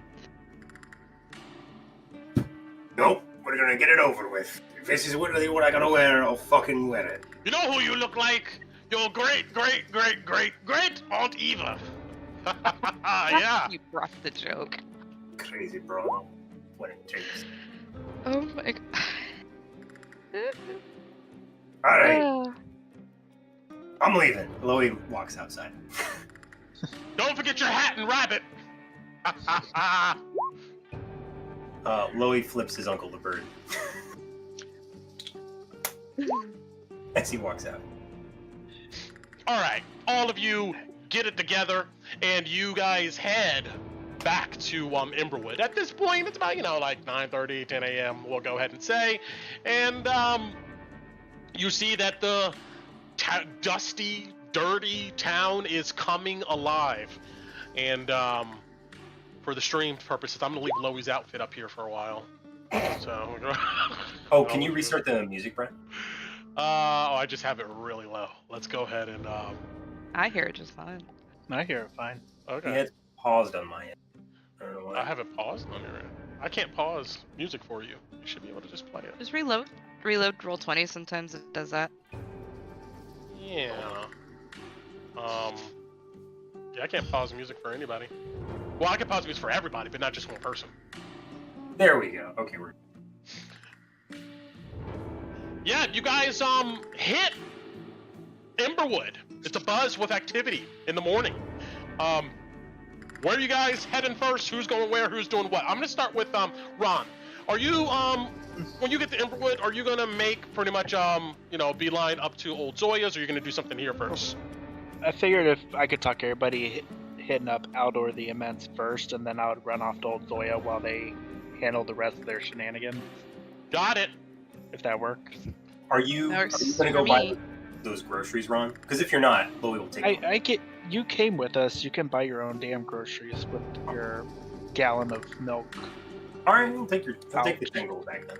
So, I even created a special item on my sheet for it. Delete. As you guys get to Caravan Court, you Chloe, you see very large half orc looking you up and down, blows you a kiss. I flip him off. We're all gonna die. All right. Orc does nothing. You guys make it, and another map. I got to turn the light back on for, and boop, bam. All right, you guys, move through the traffic, and you step over to Aldor the Immense. I'm not gonna move a bunch of tokens. You can move yourselves if you want. And you see those two stoic dudes still standing around wagon. They don't say a word. They just look at you guys as you march up the steps to this large wagon and open the door and step inside. The smell of tobacco and cologne is quite profuse in here. You see Aldor is sitting in the same place, same clothes. It's almost like he just never left or ever leaves. Ah, the Knifebites. You see his unblinking eyes look kind of down towards you, and he rubs his hands together. You guys have survived this long, which tells me much coin must have been accumulated. Coin you're willing to share for some of the wares, I believe? What you got? Agreed. Yeah. Of course. The wares All catch right. our eyes. Please, take your time. Look around. I know a tailor. Looks at you, Chloe. All right. Looking around, I'm going to give you a rundown of the randomly generated items here that he has at the moment. You notice his scroll bins look a little bit empty this go around, unfortunately. But some of these are obviously in D&D Beyond. I'm not going to put links to all of them, but just kind of keep a note. He has 2 of each of the following first level scrolls: Long Strider, Greased, and Comprehend Languages. He has 1 scroll of immovable object, and he has what looks to be 3 of each of remove course, animate dead, and purge contamination. He also has sitting on shelves, he looks to be pretty good stocked up with some potions. He has 4 regular healing potions, 5 potions of greater healing. I'm going to tell you the cost of stuff if you're looking to go ahead and purchase it. And as you're perusing some of the tight shelves and stands in here, you notice a few magical items are sitting about. You know that sitting in the corner is this long bronze loop. It's almost like a metal kind of flex rod, like a flex hose. And let's see here we go. It's attached to a long metal lance, and there is so the hose. Wait, huh? Oh, okay. So, the hose is connected to what looks to be a backpack. More of a metal tank you can wear on your back. And then the hose goes down to a metal rod that has kind of a grilled, like a perforated end to it. When you come close to this thing, it smells like oil or like alchemist fire. And it looks like he has for sale here this object, which I will go ahead and post. Let's see. No. I'll go ahead and put this in general for now. under the Drakkenheim item,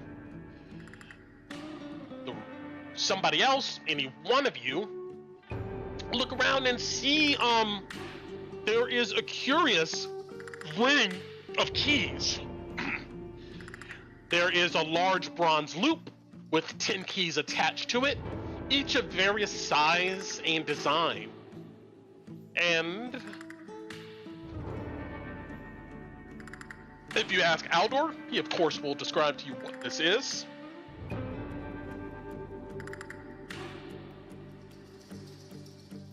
He also has what looks to be a cracked small glass orb or sphere, which is that. And he has, I don't know, Tort, you pick up a small red box. Open it, and sitting inside amongst some little piece of cloth looks to be a ring that looks almost like it's made, the whole ring is made of like cut gemstone. Okay.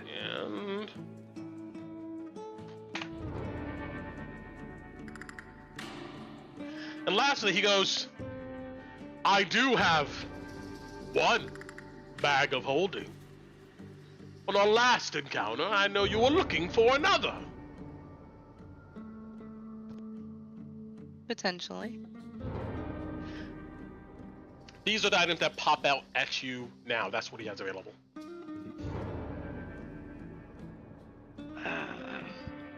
Sorry, I was looking because Carl had messaged me things he was looking for, so I was just making sure.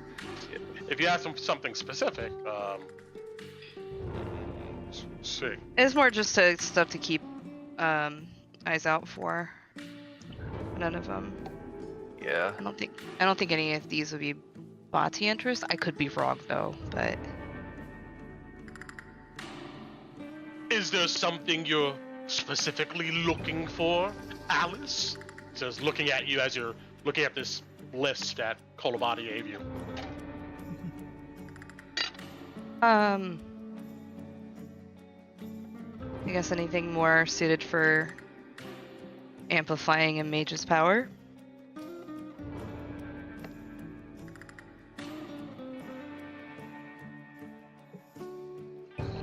Or that Grand Stark vision.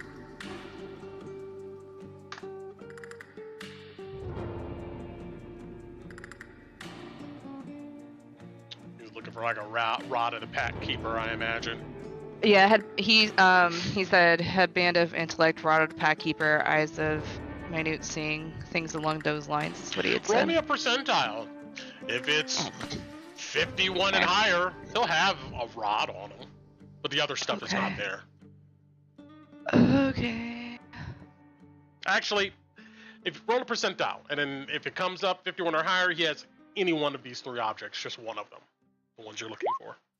8. Well, Alright. Sorry, Carl. that's unfortunate, but if you would present some gold in which I can hold, the next time you arrive, I may have what you're looking for. I'm always good with returning coin in the event that I cannot find something that meets your specifications. That's noted. What about? Sorry. Go ahead. No, go ahead. Go. I was gonna say, what about something pertaining to being able to see better in the dark, permanently? You mean something that you cannot remove? Something that changes your sight permanently? Or an object you would wear? Well, something, more than a potion, something that's wearable, Ah, if I have to attune to it, great. the goggles of the night, as they call them, are hot objects. Things that many adventurers look for. If you let me hold 300 gold pieces, probably in a week, I can go ahead and get one for you.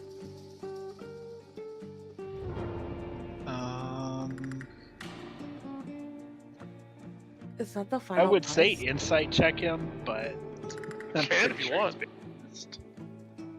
Yeah, Ron would just. You can buy that ring. That might help you insight check. You buy the ring, put it on.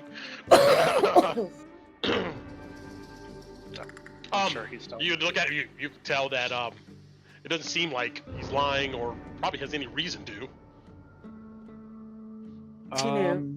Tina comes up behind Ron and kind of pats his back, and then she'll ask Aldor, "Is that the whole price for them? The 300? Like that's it, right?" You are funny, as they say. So how much does he have to pay when he comes back? Well, we could decide the price then. It all depends on the demand at the moment. But I can tell you, it's not 300 gold. Well, Mechanic-wise, if you want a little insight into this, I'll tell you, because at this moment we're just shopping for stuff, and I don't need to keep this a secret, but because I've done it before, essentially I roll 3d6 and multiply it by 100, and that's what's going to be the price. So, at the bare minimum. But does the 300 go towards that or no? Oh, of course. Okay. I'll tell Ron, I'll give you 150 gold to help. I've got enough to cover for the holding price. I may ask for assistance later on. We'll see how. Okay. We'll see how much he decides to charge, and if it's not affordable, will I at least get my 300 back? Yes, you will, Ron. Then Ron will hand over 300. Sure, just mark it in the items purchased that you're letting him hold 300 gold to drudge up some goggles of the night in 10 days. Speaking of, could I also placing an order? Could I also do something about this with this? It depends on what you're looking for, Torin. During my own magical times, time amongst magic, I've heard of an item called the Gauntlets of Ogre Power, which can greatly increase one's strength. How hard would that be to acquire? I can tell you once I consult D&D Beyond. The Beyond. This.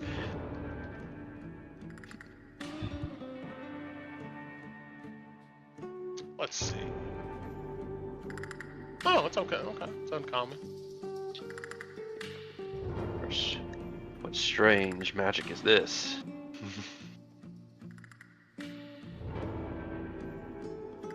He goes, I think I can find that, but it's probably going to be a little bit expensive. You get a sense that I'm probably not going to roll 3d6 on this. I'm probably going to end up rolling 5d6.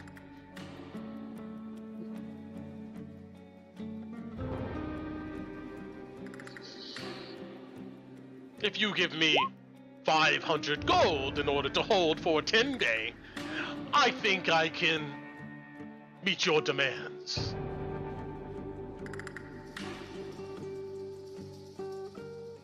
And if I can't get it, you give me the 500. I'd get the 500 back. Of course, Tor. I wouldn't survive in business very long if I just took my client's money. But you can't blame us for asking. Understood. This is a very unscrupulous place. Speaking of unscrupulous, how much for that ring? Ah! Let's see.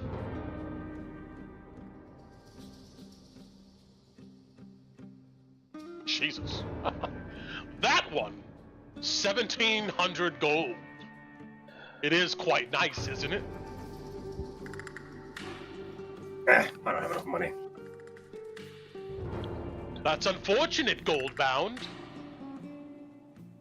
Well, I already bought a piece, and he just thumbs at his new rifle on his back. So, I wish I can get those more in stock, but too much maintenance. That's why I like magical items. All right, I'll put down the 500. 500 if you can get it here in 10 days. That I can, Torin. He gestures to a box sitting on his table, which you saw Ron go over and put 300 gold. Yeah, just go ahead and mark it there, and at 10 day, he'll drudge it up. Then we can find out how much it costs then. Yep. How much is the bag of holding? I was Did just anybody- about to ask. Oh, okay. I knew No, you're you fine. couldn't resist Knifebites. 1,700 gold. No. I got the bad roll out. For That's what you, the demand is high for these items in particular. But for 1,000 gold, it is yours. This one's a beautiful teal color. You see, he takes it out. Oh, that's worthless then for me. I don't know. Dude, you kind of a pig thing going on. Oh no, I don't want it. That's too much money. Apparently, can I you have just- to wear red. So I can tell you now, friends, you're not gonna find better prices elsewhere. But considering your recent luck and acquisition of coin, I imagine eventually you'll be able to afford Aldor's prices. Guys, do we want this? A teal bag of holding? Yeah. No, I do not want a bright bag of holding on me. here's Figured I would ask. If I it was think black or dark, yes, Alice would be looking at Louie and holding her hand out. Oh yeah.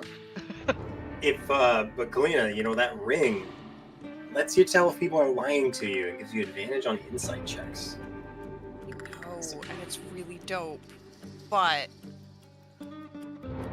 It's 1,700. bragging. How much is the ring? a lot of money. 1,700 gold. 1,700. Ugh, if I had the money, I'd buy that. That's a lot. My +7 is good enough for me. But imagine the advantage on top of that. Yeah, but Knowing my luck with advantage, I'd get a 1 and a 2.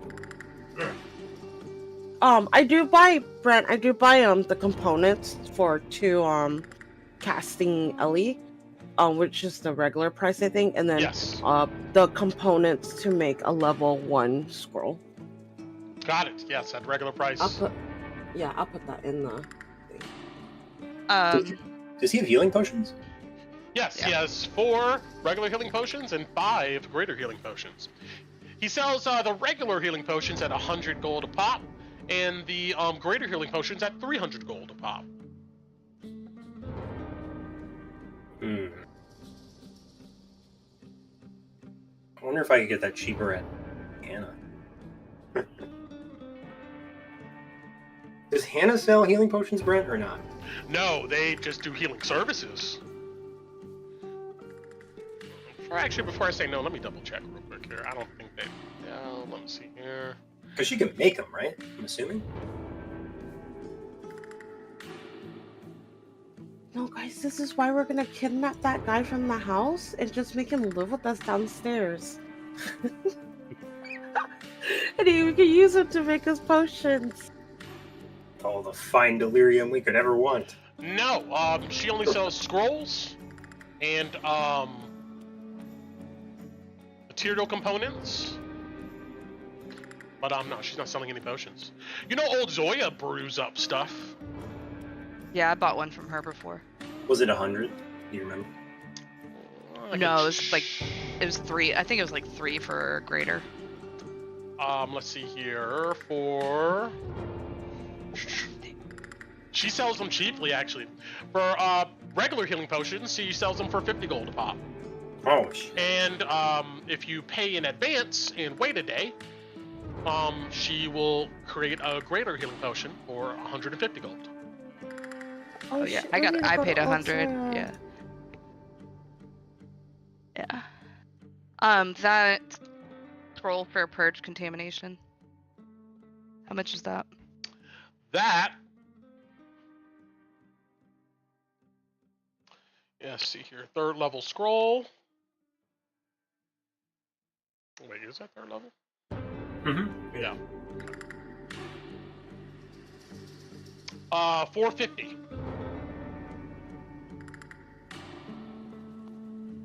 That's not too bad.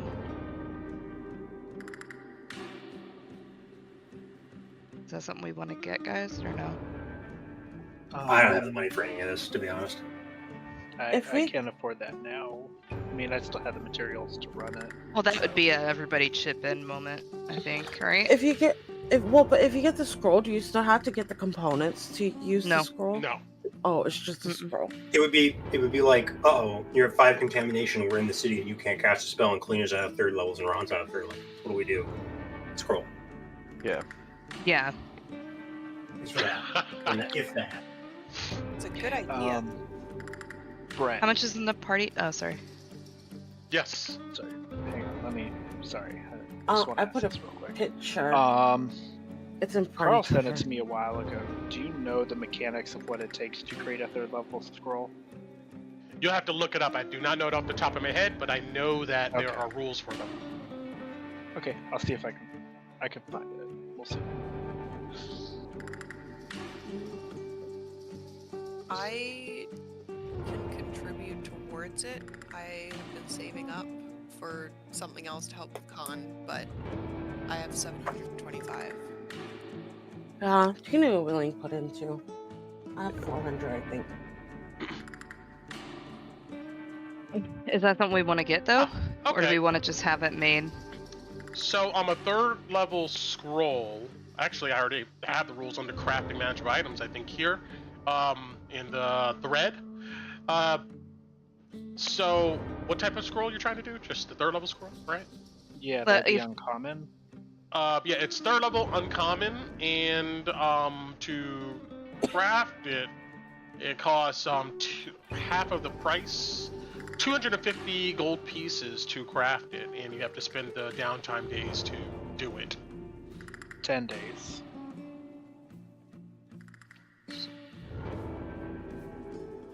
Based off what Carl sent me, 10 days. Gotcha. So, So yeah, 250. It's definitely cheaper to craft it. yeah, 10 downtime days. That's a lot. Then do we want to grab it, or do we want to pass, or just have somebody craft it next downtime that we get? Either way, how much do we have in the party? I think T-Nude's got the... 64 gold, 86 silver, and 1,386 copper. The non-net from at the On moment that needs to be left alone. That's 450. Yes. I mean, Ron can chip in 100. Yeah, I can. Chip in. Yeah, I'll chip in 100. Tina to 100 too.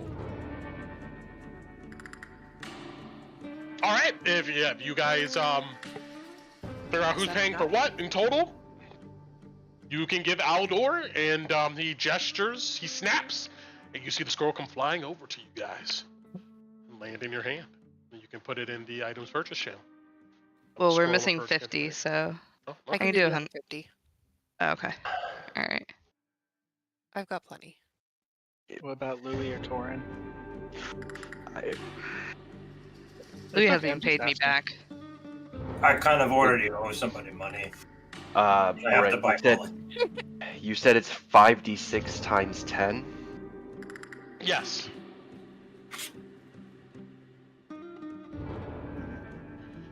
For the gauntlets of ogre power. Yeah. So You want average?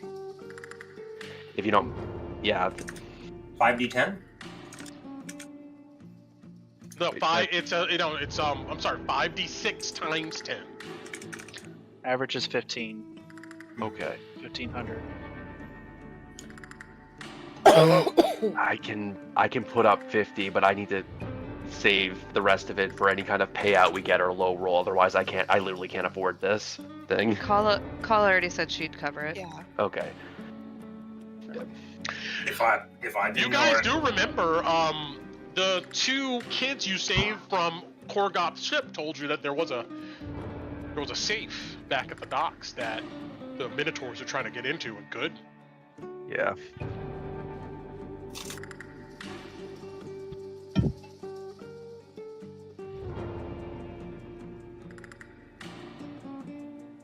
Hey Brent, how rough were the waters over there by the docks?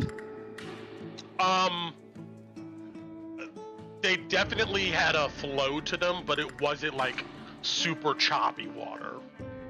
Okay. Put it in perspective, you probably could swim, if you're a really, really good swimmer, you know, you swim like 500 feet, you probably could swim across to the other side without being taken too far downriver, you know? Well, I'm more thinking of the water walk.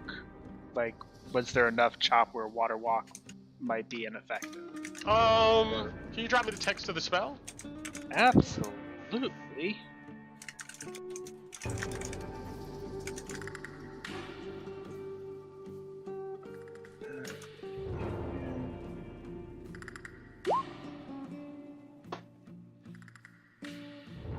There you go.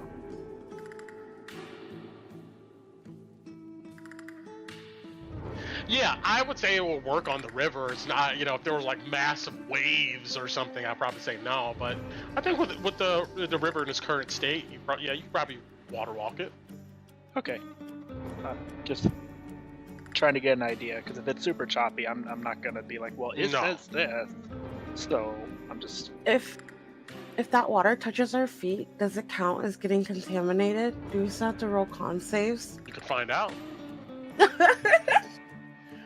Obviously, you're wearing boots. I would more so lean against probably not.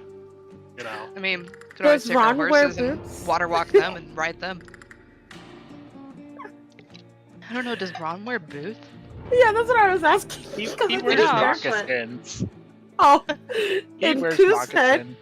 Water moccasins. Koo said he's been Water barefoot this whole time. moccasins. Yeah, made out of bunnies. He has Crocs, you know. There you go, Crocs. Crocs. All right. All right, let's focus then. So, is that it? You guys moving on? Yep, I'm taking 100 out of my gold. That's that. Are we Already putting that took in 100 out. the bag of holding? Make sure if you guys are spending money to write it in the DoD items purchase channel. Yes, Yep. please. Oh, right.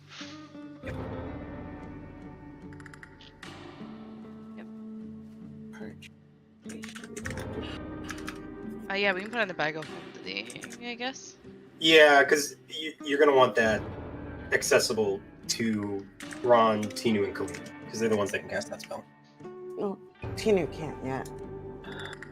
No, you can. It's on your list. It's just you haven't. Well, I don't know. I don't think No, she's I technically not didn't learn done it. the learning part yet. Yeah. Yeah, the learning is the thing, because Yes. these are These are unique spells. They're not like they're not teaching purge contamination to all alkalites and stuff. You know, it's kind of still novel. Even if- yeah, whatever. So technically, for the unique spells of this campaign, everyone is a wizard. You got to learn it. You can't just pick it up. Fair. Everyone gets to be a wizard. Yeah. I'm not special. You are always special. Yeah, you're special to us in our bank negotiations.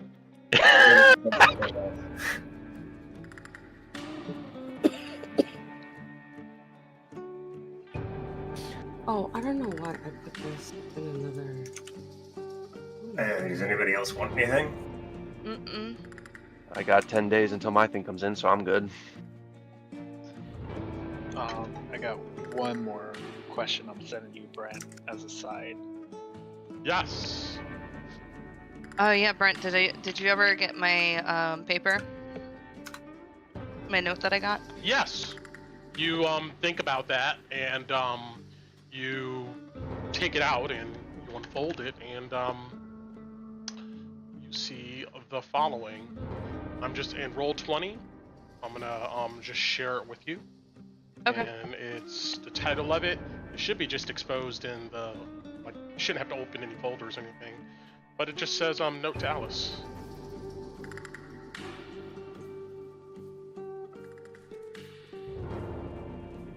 It did not pop up for me. Let me see. Okay, I see it in my things though. Bitch.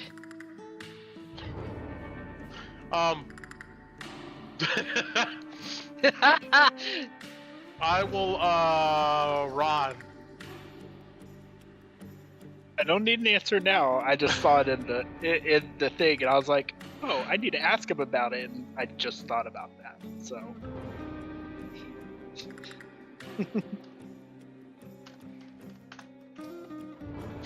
All right. Okay. Good to know.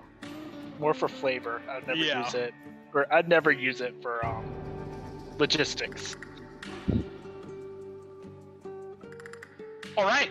So, I guess you guys leave Aldor the Immenses, ta-ta, as the door shuts behind you guys and you're back on the dusty streets. I believe Ron was going to go up to Old Zoya's, and Yes. I know, what is it, Torin and Loey and Alice, you're going to go to the pursers, or the bank, which is over here.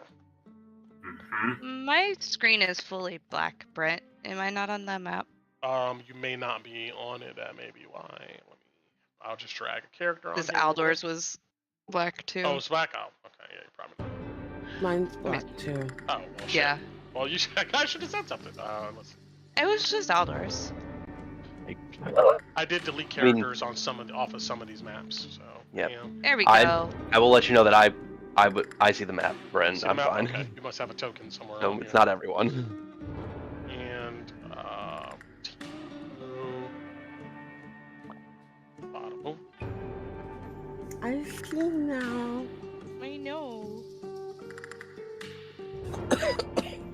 Okay. So, Tino and Kalina, what are you guys doing? You going to this bank operation, or you just chilling out here in Caravan Court? What's going on? What are you guys doing? I kind of want to go buy the 50 gold potions from Old Zoya. I am following my sister very, very closely. Wait, don't you want to go with... As Ku, don't you want to go with Alice, no? Yes, but I'm not gonna leave my sister walking around the city by herself. I'm Those going with two- Ron. Yeah, You don't that- trust Ron? I trust Ron. I don't trust the rest of the town. I'll be fine. Just go with the Alice and them. I know you want to go with them. Tina says to you. Go, go, go. All And right, I kind of push her towards Alice and them. Hurry! And I run after. Ron, wait for me! Go. I yell at him as I run after him. Got it. We'll start with the bank here. So we got Alice. Tina, I know you can see Torin, but I have no idea where your token is on his map, so I'm just gonna make another one. Let's see here. Bam. And Tina's there, and Kalina. Bam. There we go. I'm gonna go ahead and put Ron over here. All right. Let's see.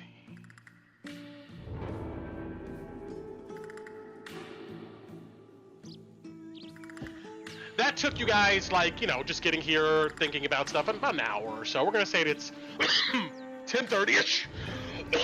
Excuse me. The sun's out, clouds are above. Occasionally, there's a warm breeze that comes through. Dusk has been kicked up just from all of the activity, and you guys come over to this stout metal wagon that has the insignia of the Geldstad Bank stamped onto it. Let's see here.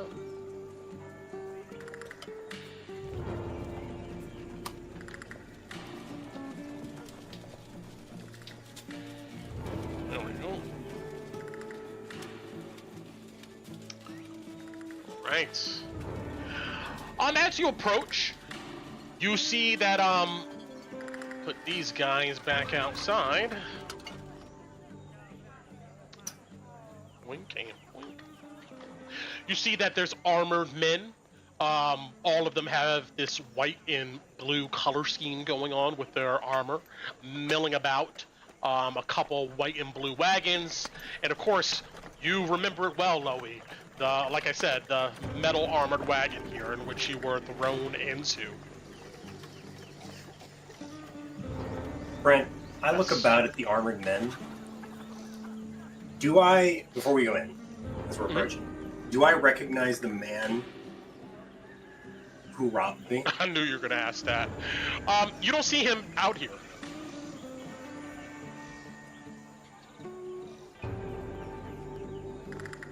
All right. But when you approach, you do see 2 armored guards kind of narrow in and look at you guys expectingly of like, what are you doing? We're here to see Jason Beaumont. You see this one guy here? He has a balding, he has a reddish pepper-colored beard. He looks almost like Bill Burr, I'm gonna go ahead and say. He goes, oh, we heard about you. Loey. Dwarf. Yeah. You don't look familiar, though. What's your name? Don't worry about that, Deader. You see he bangs on the door, and then opens it and walks inside, shutting it behind him. This other guy here in armor stands out and just looks at you. He doesn't say anything as you guys wait there. Then, if you guys don't do anything else, after about 5 minutes or so, this guy comes back out, steps down, you see he gestures for you to go inside. Guy's shite over with and goes inside.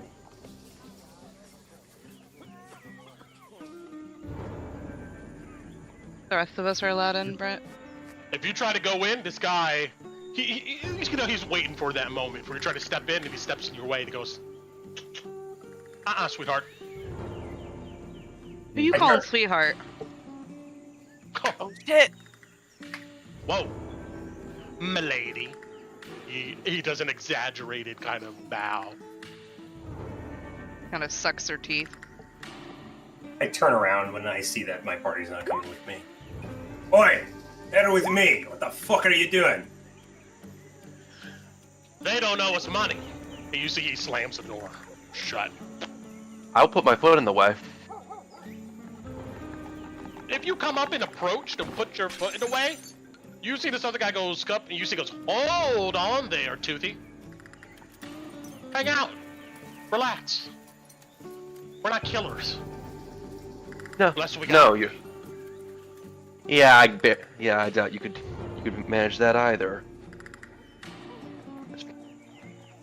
Unfortunately, He'll be all right. unfortunately I'm his legal counsel. I'm his legal counsel. So unless you don't want to, so I'm going to be going in to help him with this deal. Roll me an intimidation. Mm-hmm. Looking for a 15. Shit pickles. You want my inspiration? Oh, may I? Yeah, you can have it. Thank you. Come on, Torrent. Come on. Yeah. Yes. And while you claim to be killers, I am. All right, I haven't seen anything rolled besides a 9. Oh, It rolled in D&D Beyond. Yeah, it's a 19 on D&D Beyond. I don't know why it There didn't. it is. Oh, there it go is. up. Got it. Okay. Oh, okay. Yeah. I guess my computer was slow. You know how it goes with these things. You see this guy look you up and down and goes, "Hi, counsel. Yeah. Don't get your panties in a bunch." You see he steps out the way and he opens the door for you. And don't you shit yours. Oh wait, too late. And I'm gonna go in. You see he then slams the door behind you. I also kind of smile at him, saying, "Good boy." Step You back. see he looks at you like, "What?" But you see he just spits on the ground. He just stands there. He doesn't say anything. Now this other guy here that has a helm on, he's not getting involved, but he just leans against this tree. You see a couple other of these guys come around just to watch, see what's going on, but they don't do anything. All right. Now, Torn will go look at Louis. Shall we? Aye. There is. You're dead and done with. when both of you come inside here, roll me perception.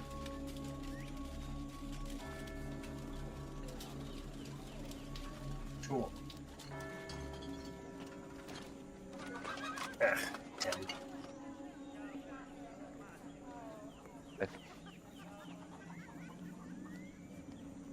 I know it's taking a minute here for Torrens to load up, but a 10, Yeah. Loey, Yeah, you're mine's fine. You don't not. notice anything. Yeah, There we go, mine's 7. 7. All right. You guys walk in, and let me update something really quick.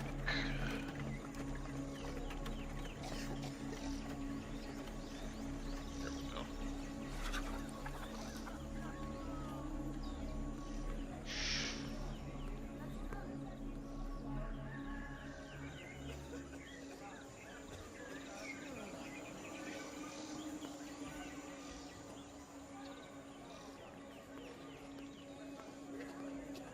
All right.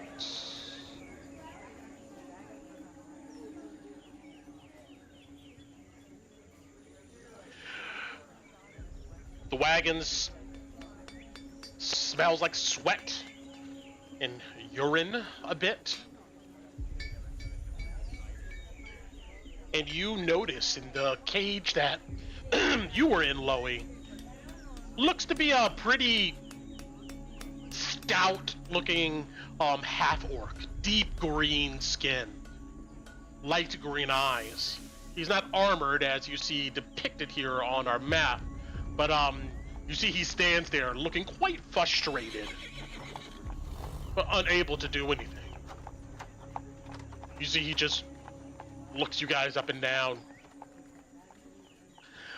You see good old Jason. There we go. Is sitting in a chair here. And that guy that did steal your stuff is sitting across from him on a crate. In between them is a small worn table, and you see that there's some dragon chess pieces on a board. It looks like they're playing a game. You see, Jason looks at the board, quickly makes a move, and it looks like he then topples the king that's on the board, almost like a chess game. Go ahead and reset them, Jason says. You see this guy sigh heavily and begins to put the pieces on the board, but he does look at you, Torin, and you, Loey, and his eyes lingers on you, Loey, and he gives a kind of a harumph. I stare daggers at the man, but I don't say anything.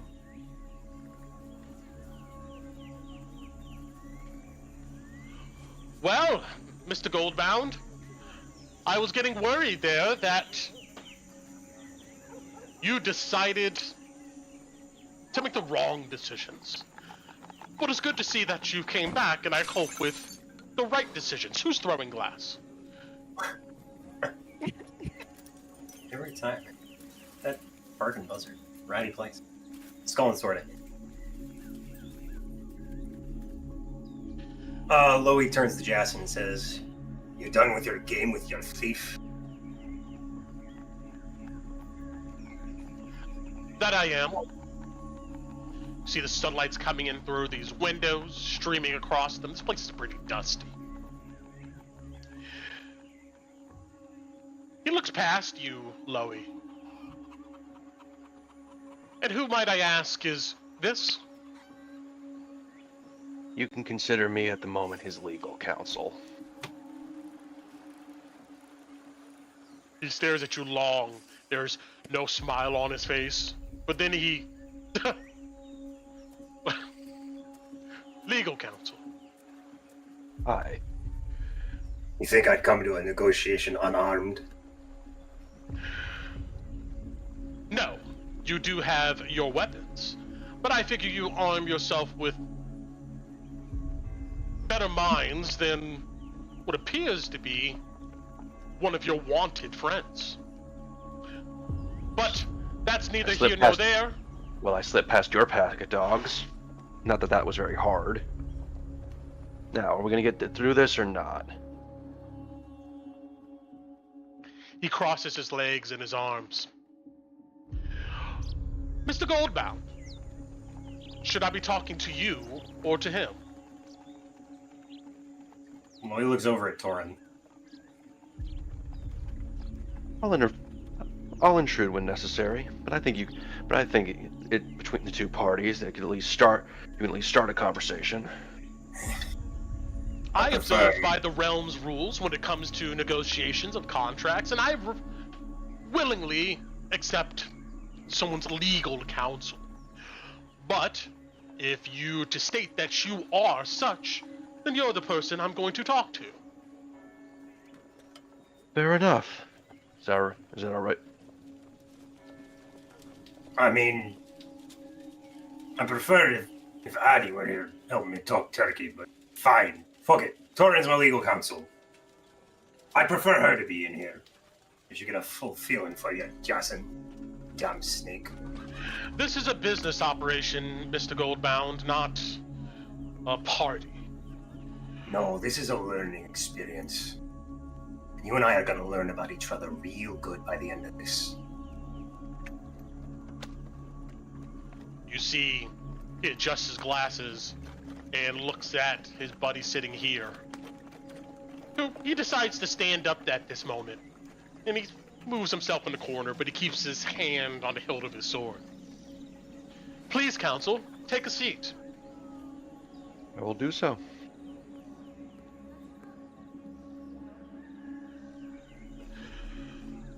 Let's move this guy over here a bit.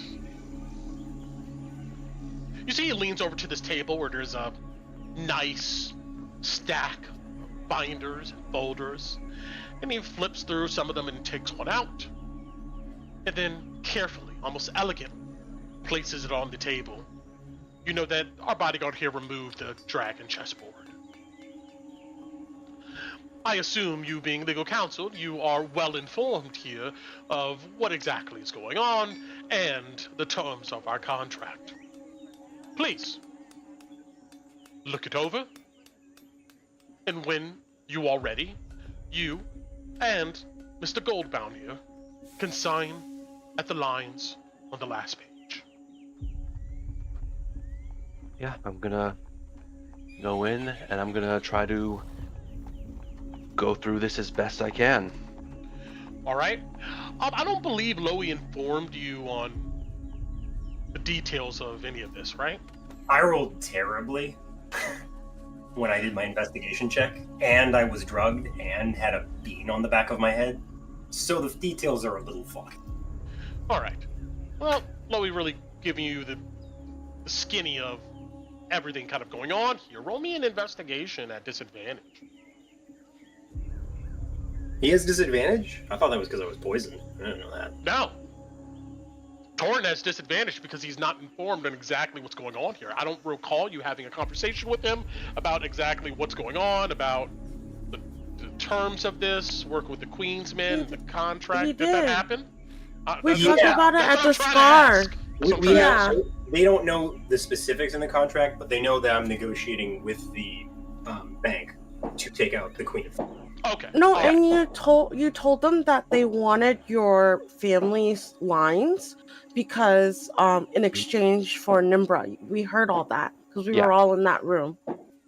Yeah, I do remember that part. Well, that's different. That's for the Scar when it comes to Nimbra and stuff like that. No. The bank told Louis that they wanted I'm sorry, there's fireworks going out. But he was telling, because we were telling the dwarves to go help him look over the contract. Yes. And because remember, Tina was talking about it too. And the dwarves didn't want to do it. Yeah. Yeah, and the bank basically the bank was telling Louis in Koo's world that they wanted a certain percentage of Louis the Goldbound's the trails, and that would pay them off. And then on top of that, they also wanted Nimbra's head because they want. Well, we figured out that they wanted, because they want money and power, basically. But I think Torn wasn't here for that episode, but Torn's character was in the room when we talked about it. Okay, I'll give it to you. Roll me an investigation. All right, straight roll. Mm-hmm. All right. While Torrin's reading the contract, can Loey look over at Jason? Make a comment. Jason, I'm going to do this because I think it would benefit you and your matron exceedingly. I recommend you at least let in my other companion, the red-haired one outside. You want to make her acquaintance. That's for your benefit. How is another person in here who has nothing to do with our arrangement for my benefit?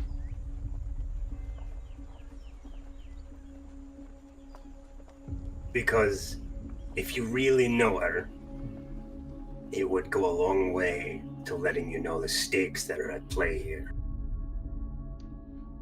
What are the stakes, Mr. Goldbound? Drakkenheim. Look, I understand. You and your adventurers have big dreams and goals about whatever you're doing in Drakkenheim, but unfortunately none of that concerns me. This is a matter of the nation, the state, and I can tell you that there's nothing that your friends outside can tell me that I don't already know. Tell you? Just go have a look at her face. That's all I'm suggesting.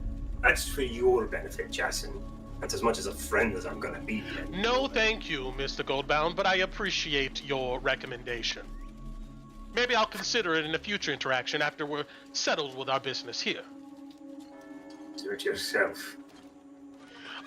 If you want, with what you said to, he's not really buying it. He doesn't seem to care, but I'll let you do a hard skill check at disadvantage. You can do a persuasion.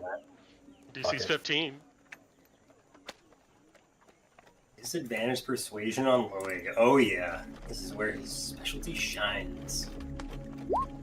Well, there you go. What? No! Shines! I rolled a 15, but Loey's just not a very friendly kind of guy. I'm trying to make sure I'm going through this entire contract. I'm sorry, I can't help you, man. No. It's mostly for this is Loey being honest with Jason, even if he's not picking up on it. Yeah, you just get a sense that, well, I'm not gonna tell you more than you're gonna roll for, but yeah, he's just not. He doesn't seem to be interested. But I will share this with you privately, Torin, in your channel and Discord. This is what you are able to gather as you're looking over this contract, ripping through the pages. It's pretty thick, but this summarizes the major points.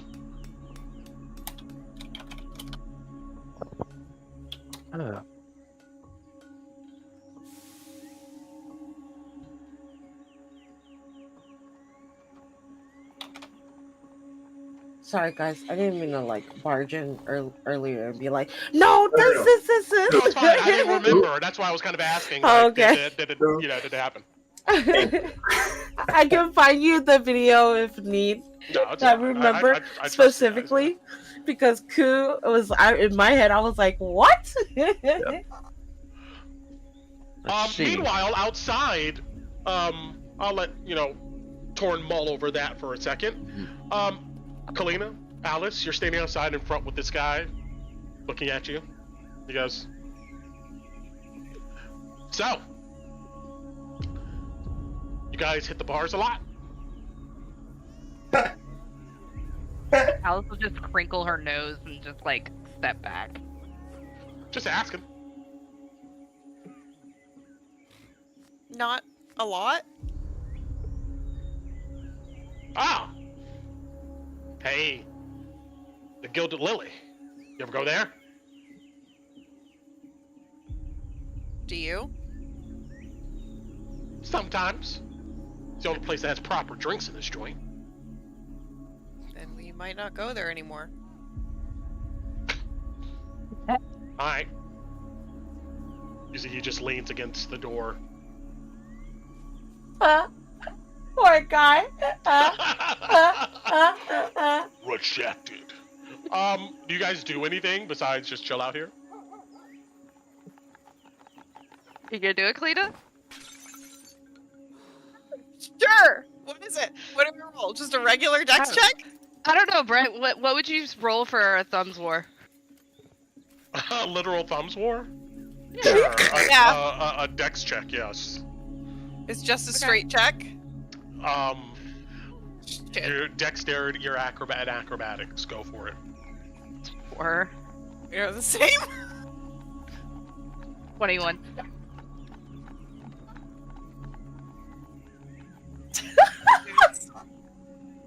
This guy's just looking at you guys like, what? Technically my dice was higher! Doesn't matter. My skill's better.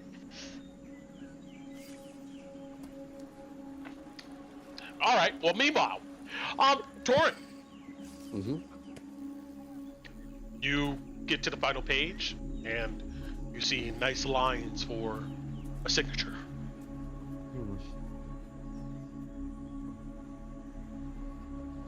This is certainly a very interesting document, I will admit. Good. I hate to think I got dressed up for fucking nothing. So as legal counsel, it seems I must. Would you like me to inform you of the exact bullet, let's say the abbreviated versions and most notable sections of this? Yeah, last time I had an egg on the back of my fucking head and I was poisoned, so I'd appreciate it. Oh, and I was locked in a cell. We will take note of that.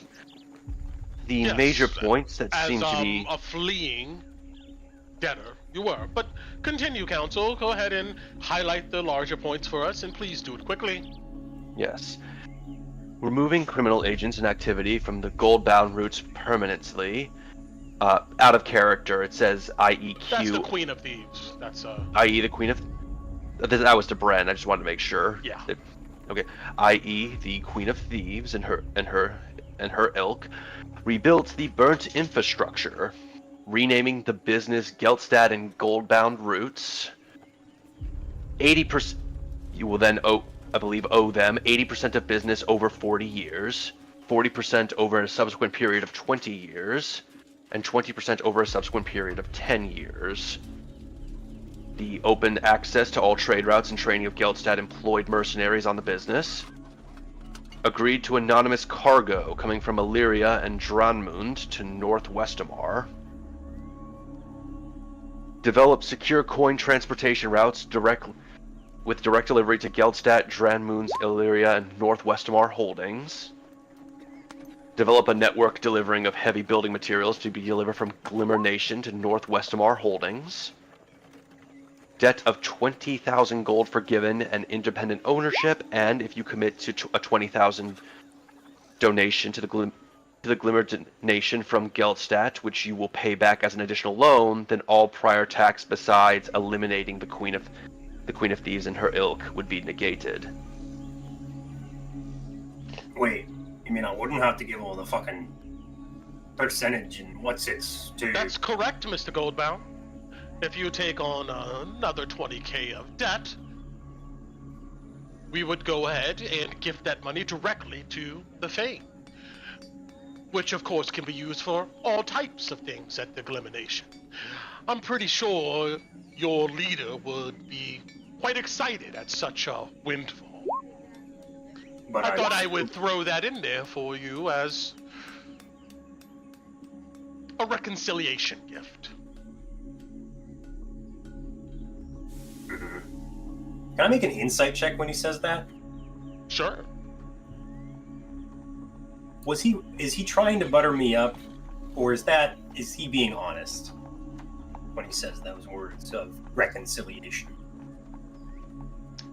Gotcha. Yeah, go ahead and roll that for me. Well, if I had that ring.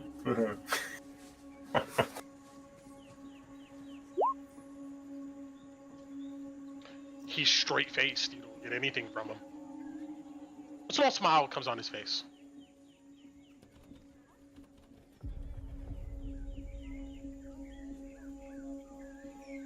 And you give me all that back if I give you another 20 grand. But I still have to rename it Geldstat and Gold Pound. No, you can keep the name. According to this, if you take on another, what they're offering is that if you take on another 20,000 loan, everything that came before that, outside of the going against the Queensmen, would not be required. What do you think, Doran? Now, of course, you would immediately begin regular payments, but no. Well, I couldn't just give it to you in one lump sum. Right now? Sure. No. Oh, well then, no. I meant in the future. In the future?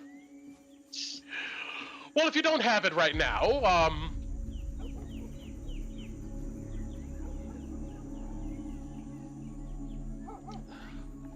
there is regular interest payments, which should be specified.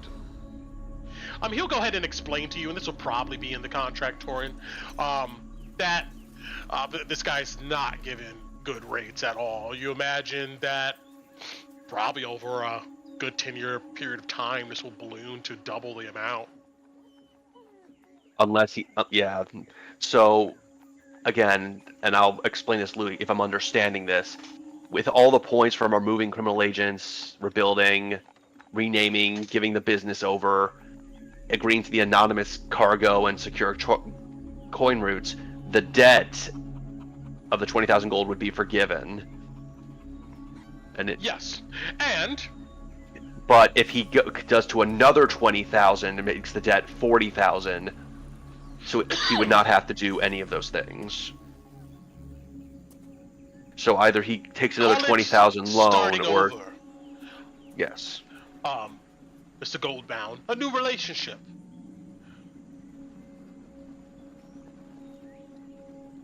With you and the bank. Yes. Now, if you don't keep up with the regular payments, then you may find yourself in a very similar situation. But all this is contingent, of course, upon you eliminating the Queen of Thieves. And that you'll keep your word. It's in the contract. What is the to keep our word?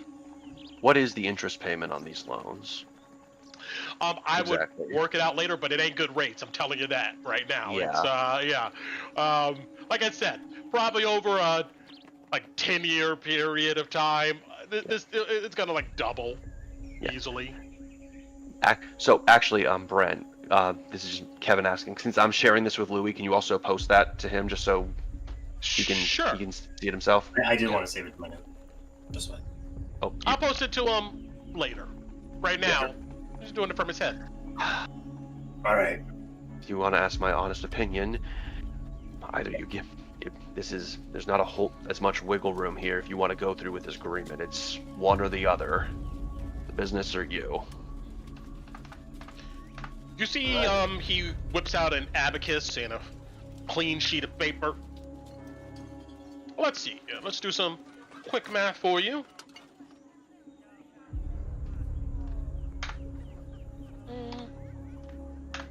You'll be looking to weekly, every 10-day, roughly paying about 400 gold pieces.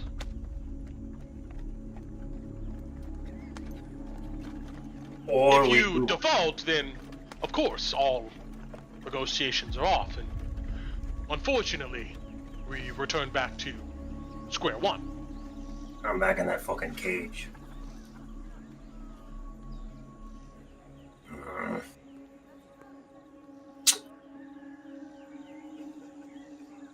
Jason, if I heard my man Torin here right, was that 60 years worth of work, Torin? 80% of business over 40 years, 40% over a subsequent period of 20 years, and then 20% over a subsequent period of 10 years, which would actually make it a total of if those are a total of 70 years, though, with even if at the decrease. And you got your fancy little bead machine there. He points at his abacus. That's a lot of money to you, isn't it, Jackson? Oh, look, it is a lot of money, but in this operation here, there's some other things a lot more important than money. But yes, absolutely right. It is a lot of money. I agree. There are some things that are more important than money. And I turn to the guy who robbed me. I would like my coin back, please. This is your chance. Right now. Give me back what you stole. And I won't do anything else. And he holds his hand out. You see he looks you up and down suspiciously, and then he looks at Jackson. This isn't between Jackson and me. This is between me and you. You robbed me. You give me back my coin, and you're clear.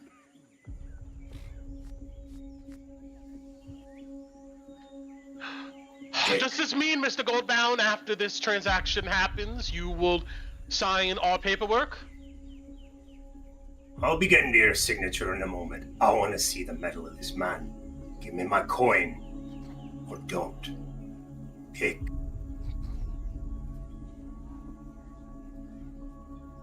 Roll me an intimidation with advantage. Sure. Come on, Louis. 12.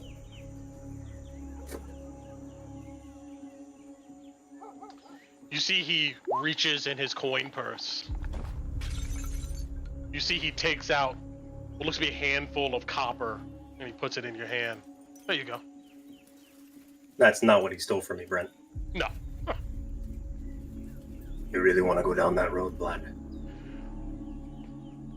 I gave you back your money, dwarf.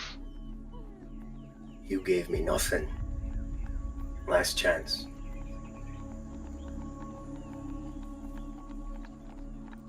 Like I said, I gave you back your money. I guess I know how much your life is worth then. He takes the copper, he sets it on the table next to him, he turns to Jason. So like I was saying, that's a lot of money to you, isn't it? 70 years worth of work to your bank and your mistress. For me and my clan. And like you said, there's more things that are valuable than coin. Loyalty, for example. And trust between partners. And that's what I see on that contract, Jason. You want to be partners, like you did all those years ago in my family's house. But you see, the problem is that burned. And I agree with you.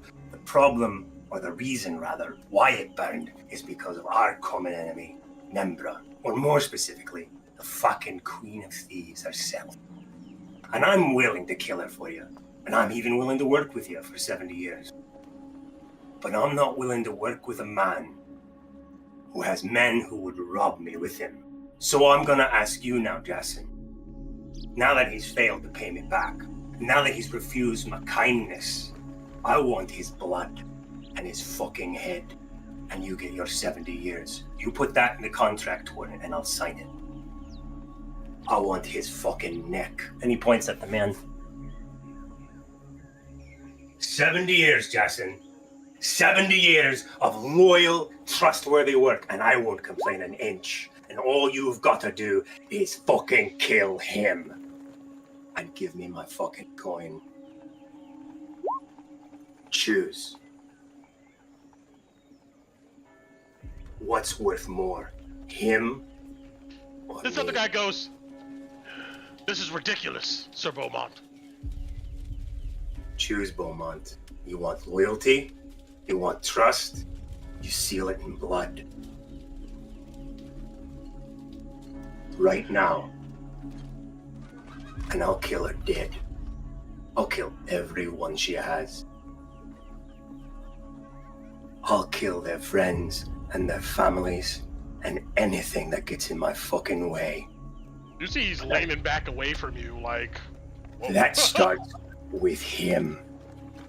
You want a killer. I want his neck. Well, it seems you have your terms and we have ours. 70 years, Beaumont. A typical crime for theft, Mr. Goldbound, is not execution or murder. What I can do for you is dismiss this gentleman here from his position and send him back to Geldstad. You see, this guy goes, "What? I gave him back his coin!" You lied, boy.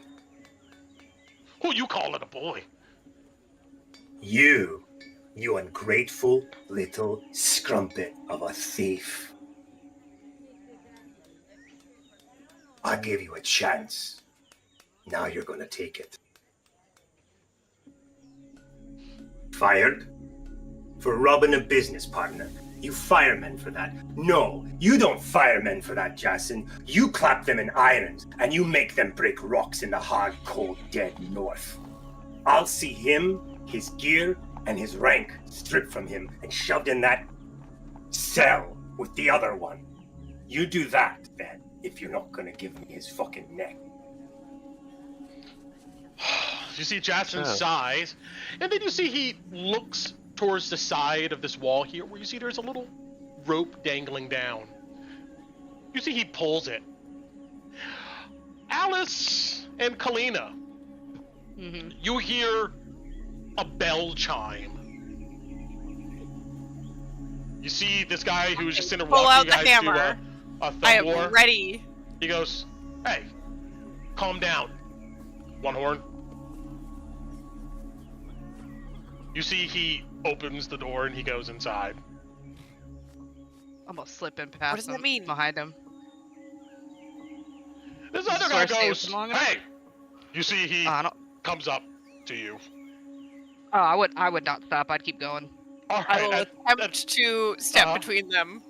Okay. At this point, just we're not gonna go into initiative here, but go ahead and he's gonna try to grapple you. Roll me an athletics or acrobatics versus this guy's athletics, and since you're trying to step in between Kalina, he's gonna roll with disadvantage. He's gonna roll at disadvantage. Okay. Oh, he is. No, Okay. Yeah. You apply disadvantage to him. It's Alice that has to. Oh, okay. 14. Yeah. 1 second. All this. I get this guy's stats here. Glad he's rolling at disadvantage because I rolled really low. That's supposed to be your strong point. You have a +6. It is. I just can't roll. I wasted it on thumb war.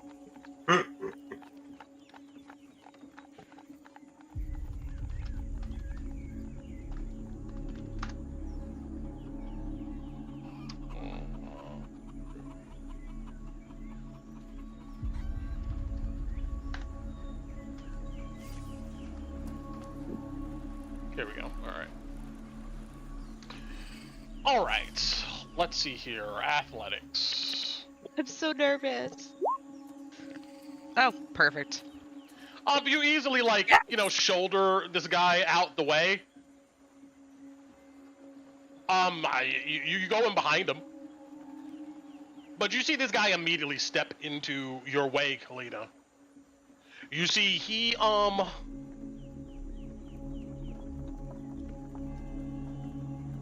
from his side, you see he grabs something. It looks like almost a coiled up whip with little balls at the end of it. He goes, "Step back." What's the bell mean? So I said step back. What does the bell mean? Alright, now we're gonna have to go into the initiative with this guy. No! I just want to know what the bell means! He's not answering your question on this. But alright, let's you guys roll some initiative up. Oh man, I forgot to say I gave somebody vigilant blessing. Oh wow. I forgot. It's okay, Tina. I forgot to post it. No, it's fine. Next All time. of us initiative, Brent? Yeah, all of you guys who were there. Okay. Goodness, Alice. Well, make sure you guys kill the main guy. We're not That's trying who to we're kill really nobody. after. I'm really not trying to kill them, but But we're already in initiative. That's who we want. I heard a Just bell kidding. ring. I don't know what that means. They could be summoning the guy to hurt Louis. I have no idea what happened inside. Alright, our guy here. Okay, so, oops. What's your dex mod on your elite bounty hunter, Brent? This guy is, +4. Oh, you go before me. You're fast. Oh, it's you too, Torin. Yes. Yeah, he rolled. He's just gotta get a turn added in. And let's...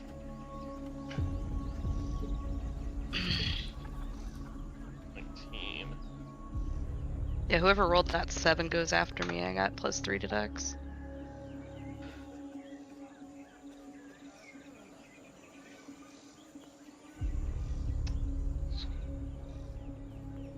All right.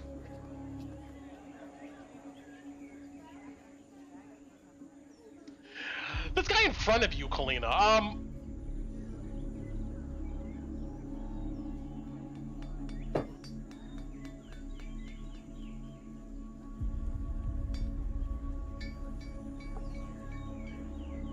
Yes.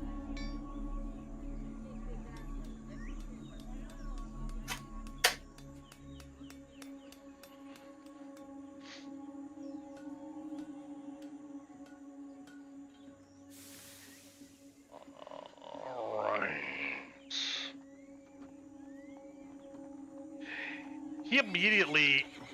He moves outside of your threat range. Do you do anything? No. You see he quickly backs up, takes out this coil of rope of balls at the end of it, and throws it at you. The fuck is that? Oh my god, it's one of those things that's gonna wrap around you, trip you up. 23 tie hits up. you? I'm assuming I don't have any of my spells up, so yes. Alright. I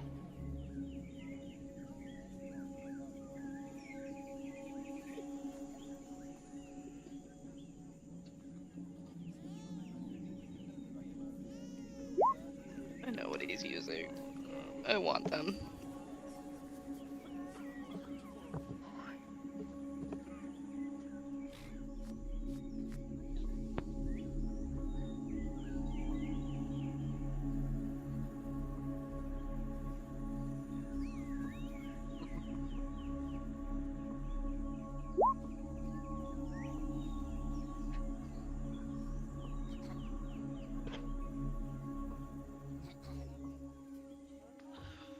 Alright,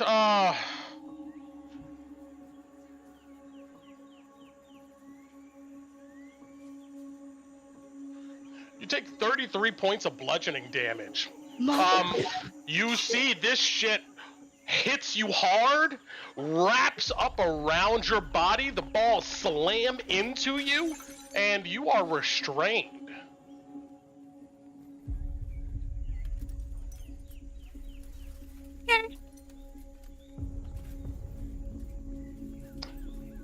We gotta get some of those things.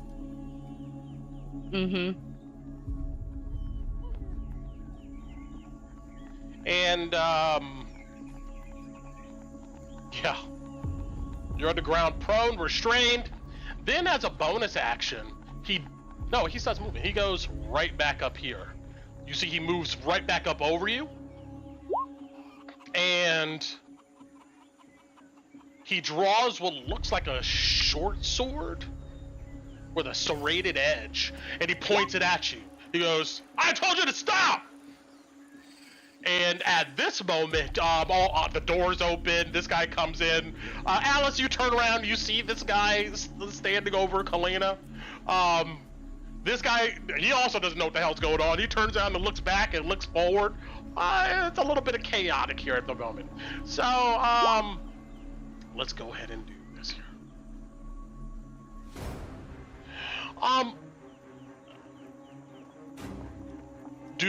The next, this guy goes 5, 10, 15, 20. Sees you, Alice. He whips out the same thing and throws it at you. What? Does Alice have cover? Oh, never mind. Yikes. Right. Shouldn't have said anything. Okay. Uh-oh.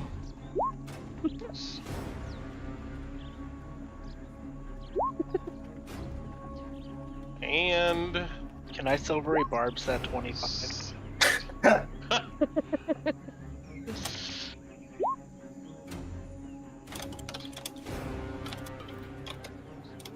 You take 28 points of bludgeoning damage. You two get wrapped up, restrained, and fall to the ground. I'm using uncanny dodge to half that. Got it. Through that. Let me throw Jason up here.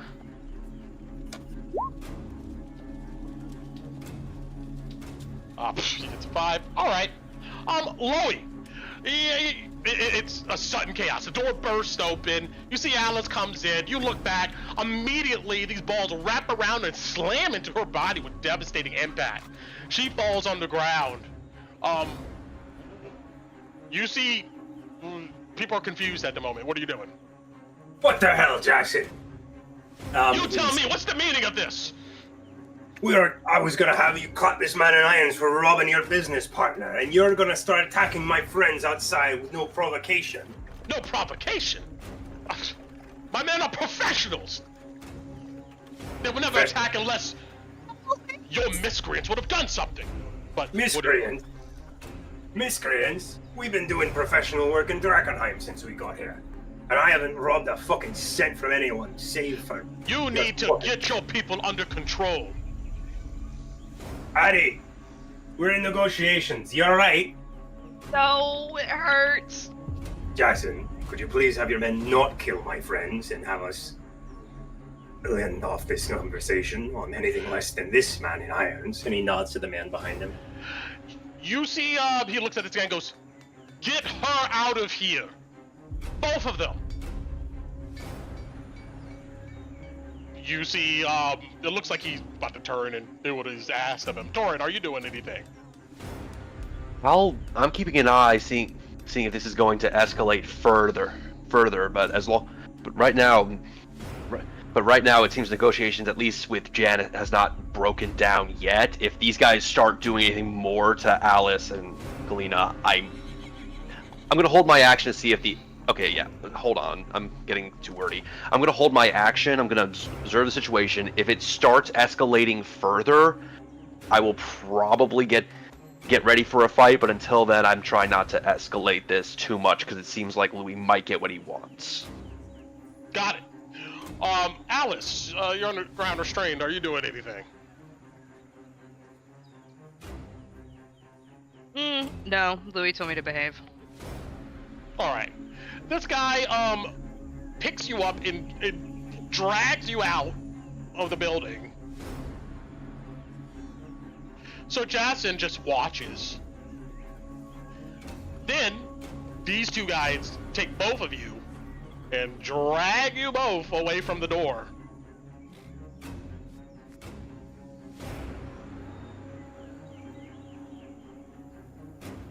Then they look at you and they go, "Are you gonna behave?" If that bell means you're gonna kill him, I'm gonna kill you. Answer my question. Otherwise, yes. You see they look at each other. You see they then nod at this guy standing in the door. Then you see the door shuts again. They untie you guys. And for now, I'm going to leave the initiative counter up, but we're going to be out of combat unless you guys, like, go psych! And, you know, do some other shit.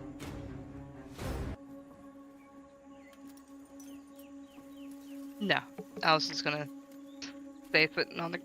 She'll get up, dust herself off. Wary, they step back away from you, but they keep their weapons drawn. Sir Jason, Beaumont, Ghost, Clyde,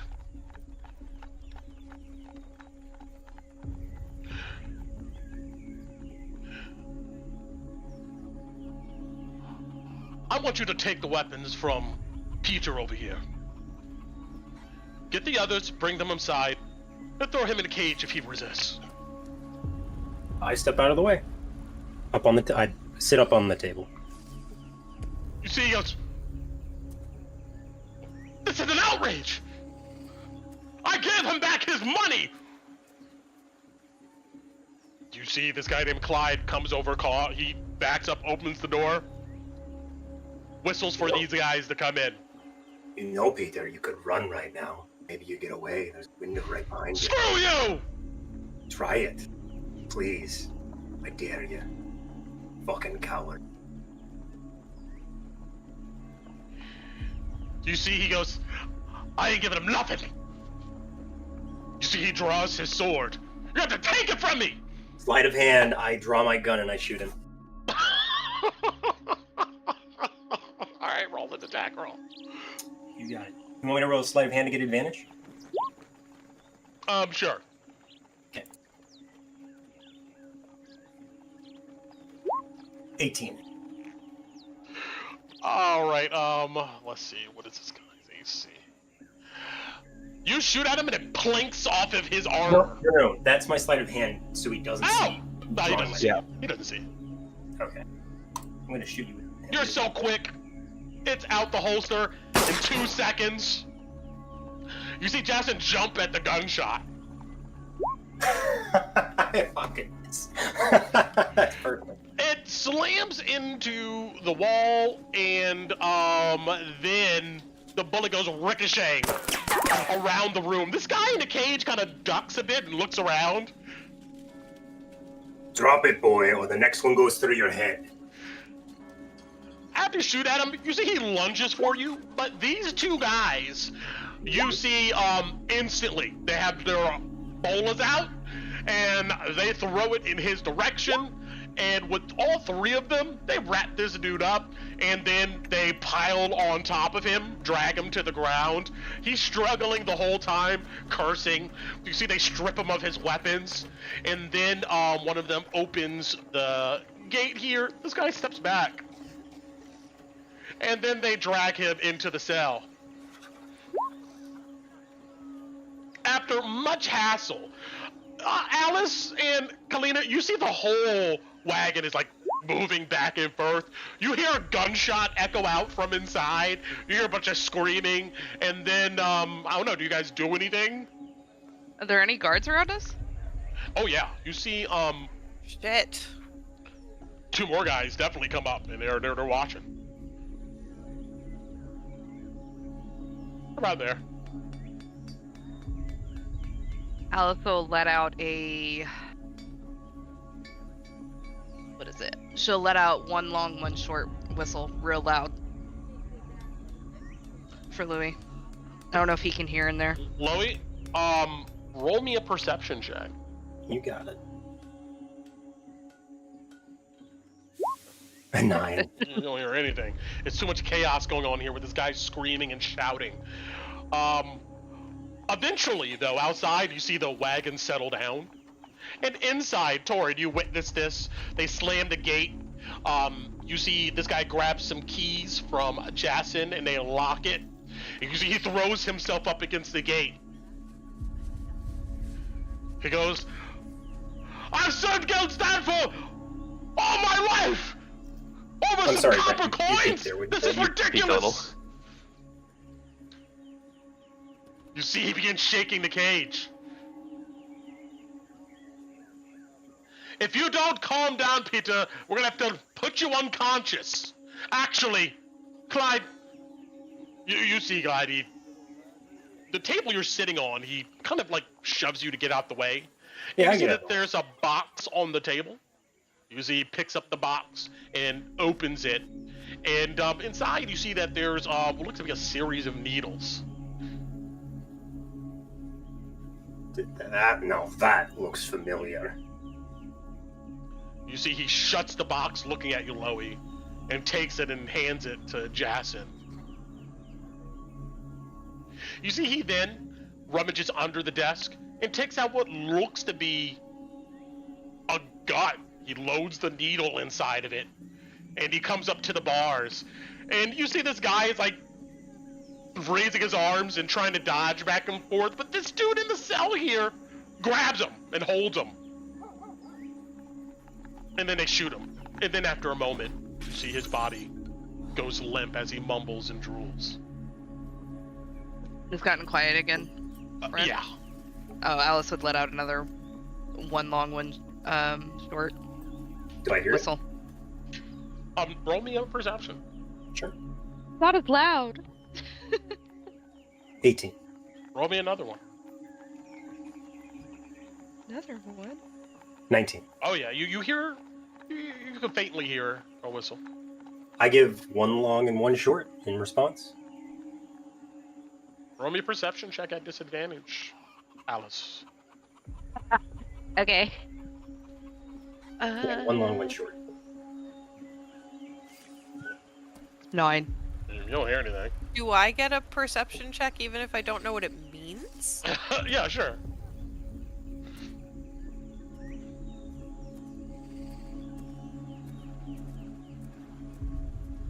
Do I hear it? Roll me again at disadvantage. Or roll one more time. Right, yes. Yeah. He's whistling back. He's whistling back. What does that mean? What did he whistle? The same as you.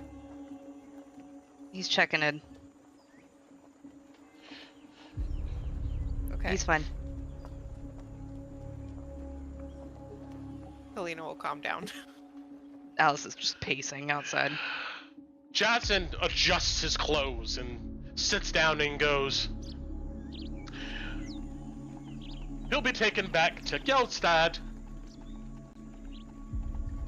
Well, then he will go ahead and suffer the penalties of his crime of theft. And we should probably add, Torin, attempted assault on a fine, upstanding business partner. Yes, of the Geldstad yes, Royal yes, Bank. Mr. Goldbound, we get it. Are we going to finish this here, or do you have anything else, any vendettas here that you want to act out further? Besides killing a man.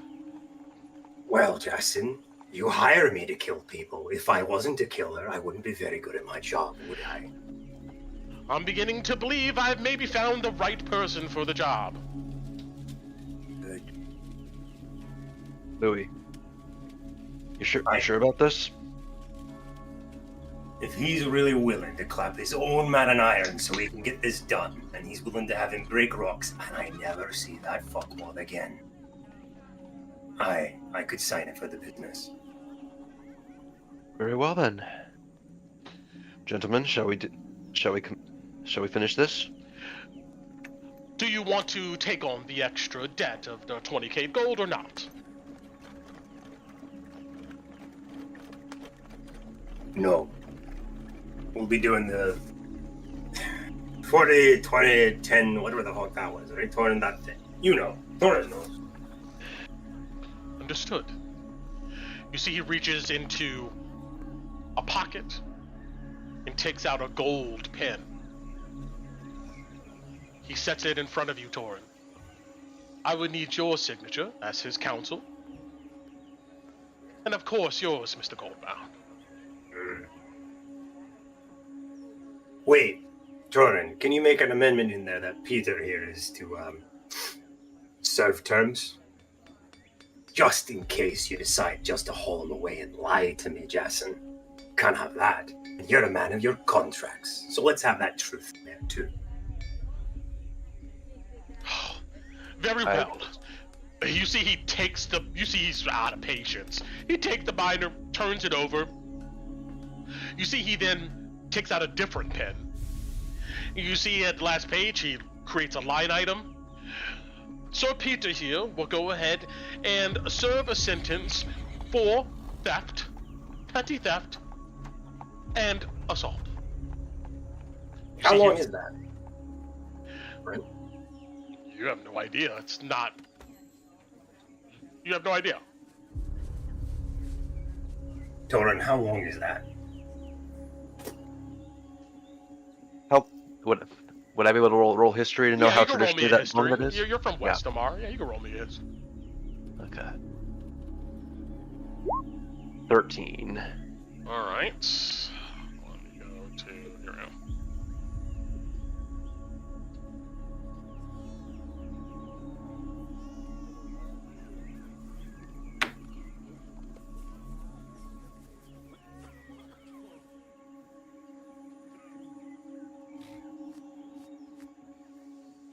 You get a sense he's probably going to be locked in a pillory for a few days. And depending upon if he's had prior thefts, they may cut off his hand. But that's about it. I would relay that to Louis. That is just fine. He seems like a right fuck. He writes down exact words he just said, and he turns it back towards you. Please, counsel. All right. Yeah, I'll sign Torin. All right. And then you, I guess, give the pen over to Loey. I hope he enjoyed his 13 gold. And I signed the form. You see Jackson exhale and he adjusts his collar. You see he's sweating a bit. All right. Remember, Jackson, you don't let people fuck with you unless you're willing to go all the way. He says, Roll me an insight. Sure thing. Can I also roll insight? Sure. Now that we've done this?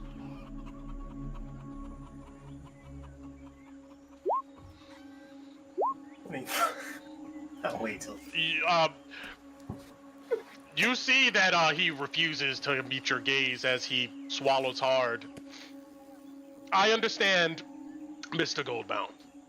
You can tell you guys effectively intimidated this dude. Popping off shots at his men and like, he's a little scared.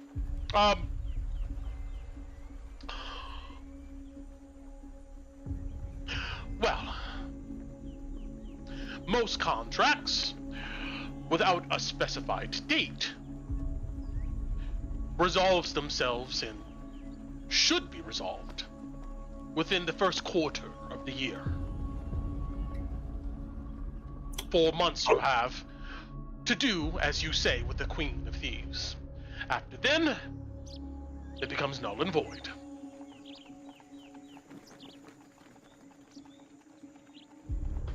Look forward to the challenge, Jason. Good doing business with you, Mr. Goldbound. You see he gives you a thin smile. Please, Clyde, show them out. These guys have calmed down, and you see that they go back out. And, then, you know, they lead you guys out unless you guys do anything else. As I we're will- leaving... Oh, sorry. Yeah, I was gonna say that I'm not planning on doing anything else. So. As when Loey gets here, he turns around and looks at Jason one last time and says, "Until I come knocking again, Jason." And he knocks on the door like that and walks out.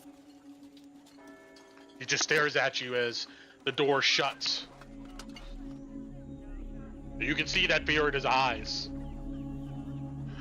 But anyway, you know, everybody here involved in this scenario. I'm sorry, Ron, Tina was taking me a minute to get here. I didn't know any of this was going to go down. I thought we were going to wrap this up pretty quick here. But all of you guys, you know, take inspiration. That was wild, to say the least. And yeah. Oh boy. Hey, Brian. Yes. Any of these guards or anybody milling about, do I recognize any of them? Any of these guys? No, you don't recognize any of these guys. Okay, none of them have the brown hair or anything. The short brown hair, pale skin, No. blue eyes. Okay.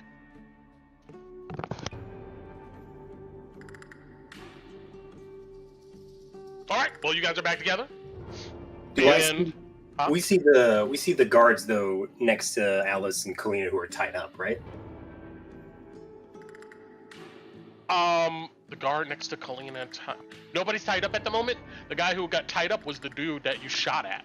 And he's in a cell unconscious and poisoned. So nobody out here. They threw that thing at them and they dragged it away. They took it off us when they brought Yeah, they us took out. it out. Yeah, while you guys were inside, they took it off. Okay. All good? Yeah. Ah, it was a fun time. Dora did great. Not as great as you, Mr. Goldbound. Oh, shite. Lass, you're, what the fuck happened? Yeah, they look dirty and a bit bruised.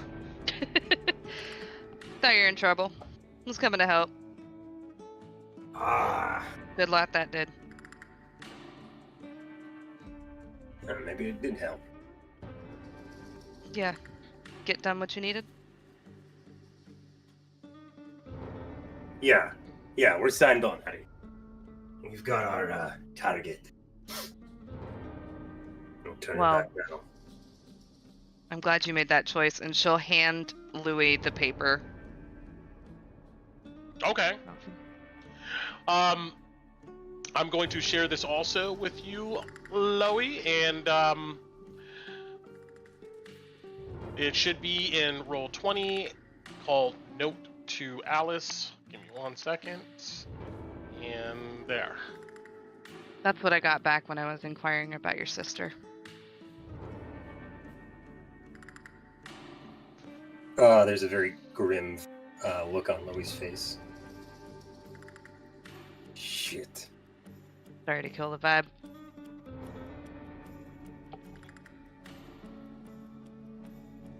I'm gonna need a drink. He hands you back the paper, Addie. She'll take it and pocket it. All right. Meanwhile, let's go ahead and at least get started here. This conversation with Ron and Tino being there. I know we're running out of time, but that was wild. That was awesome. But all right, let's see here.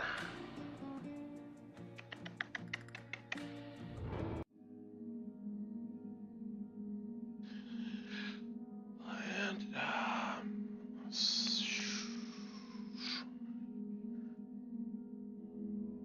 Oh, Brent, how much copper was it? Because Louis did. roll me 3d20, and that's how many he gave you. Cool. Can you guys see anything on the map? Yes. Okay. I gotta. Ron, Tinu, both of you guys head away from Emberwood. The trip is not that long, 20, 30 minutes or so. You eventually get to the part where you see various trinkets and stuff hanging from twine off of trees, dream catchers and little mementos. Then, of course, you arrive at the shrine of the old gods. You see old Zoya's hut, smoke coming out of the chimney, and an abundance of cats sitting outside. You guys I immediately rush up to pet the cats. They come up to you. They give you a foot of sniff, and then they give you the customary rub against your leg. I show them all appropriate attention. Tina, does too. you see this? Yeah, Tina does too. Same deal. And the door flies open. You just go, you hear, I told you! Oh. Hey, it's good to see you. Come on in, Brett, come on in, come on in. Brent, I think your noise canceling mic is killing your upper tones. Oh yeah? Sorry. Yeah. You've been, No, you're been fine. peeking Just a want bit. to let you know. Alright, I'll try to not do thing. I just want to give you the heads up. Here we go.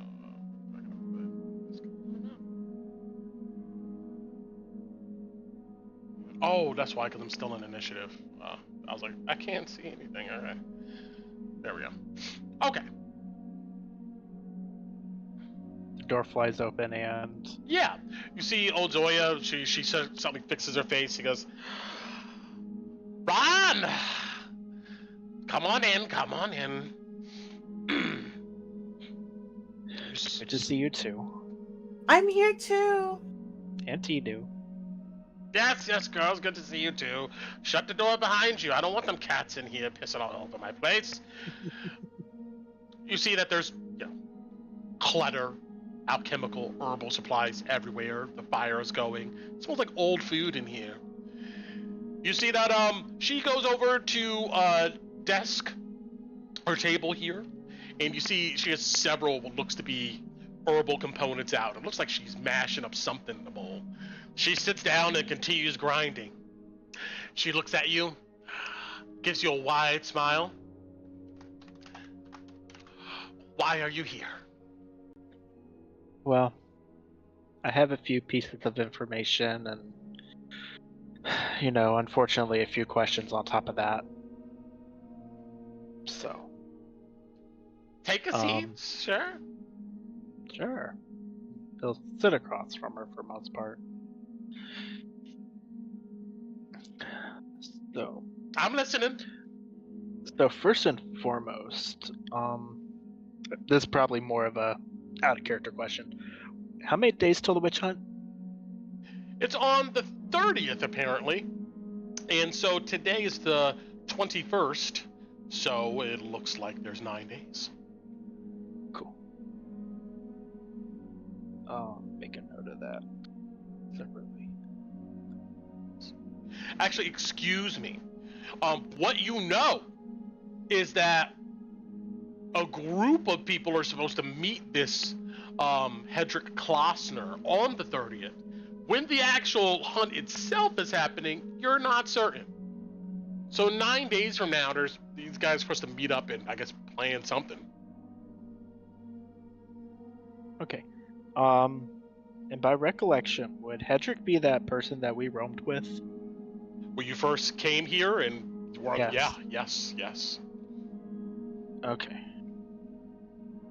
Sorry, putting a lot of different things together in the meantime. Alrighty.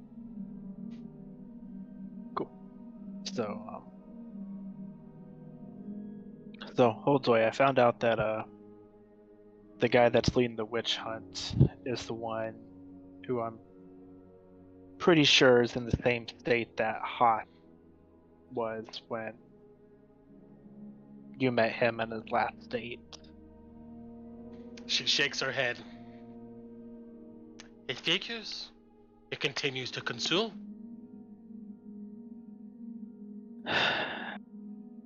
And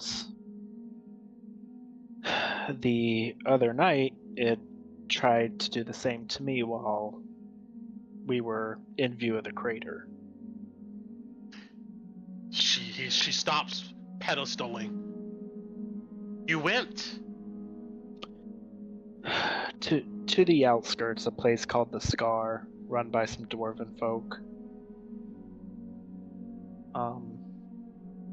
We were there to get them to do a contract, etc. And they asked, while they loomed over the contract, if we could do a overnight protection detail for them. And come to find out, at least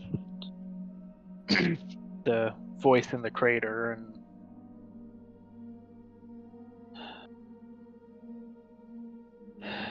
said that it was wanting me,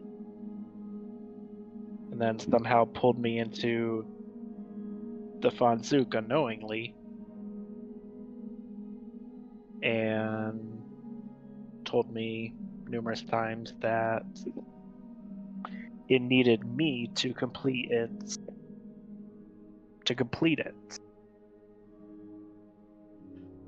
You see her red eyes is looking at you intently, concentrating on each word you're saying.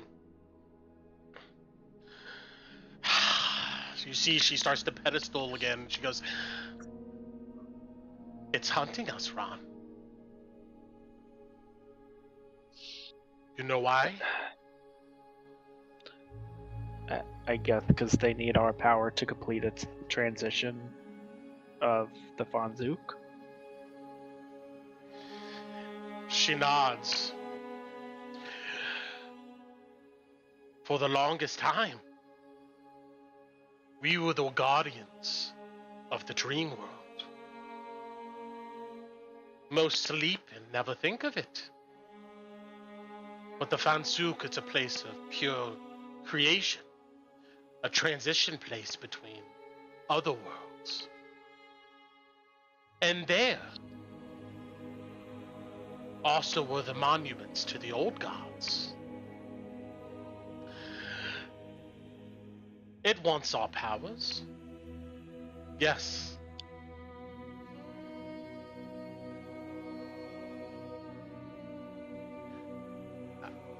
Why do you think it wants it? Well, I think you brought up a point that I've been circling back to for the longest time. Is Haas once showed me the monument and what they look like after whatever. Took them? He brought me to the monuments in the Fonzook one time. Did he now? Yes, but I have no recollection how to get back.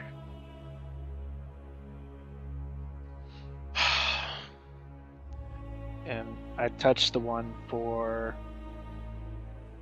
Oh god, it's been so long. Did I touch the St. Tarna one? Yes, you Okay. touched the one that had the sun symbol, the one for Lug, the old god. Oh, Lug, that's right. And I saw a glimpse to the past of it, but when I touched the one for Nuada, I've got very little. Just, maybe a slight glimmering of a deity left in memory. Did you see anything else there? I saw a ball of light way off in the distance, almost looked like a sun. And Do you know what that is, Ron? my assumption is it has something to do with the meteor itself. No.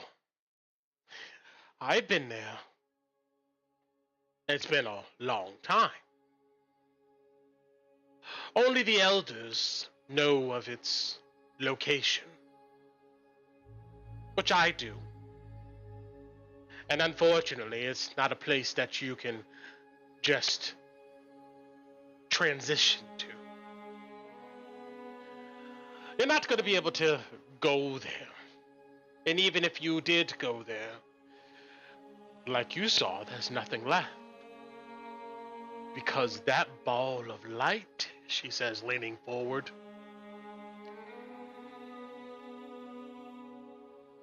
is where the divine light comes from.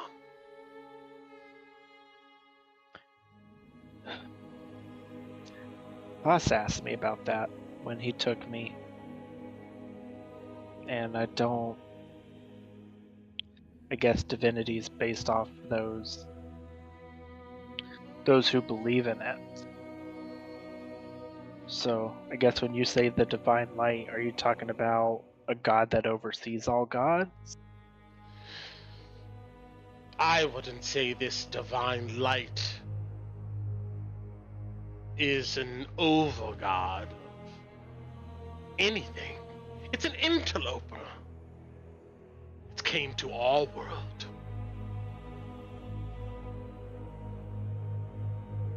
And it seeks to consume our gods.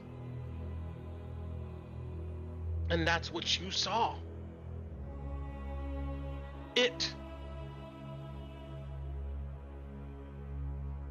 tearing off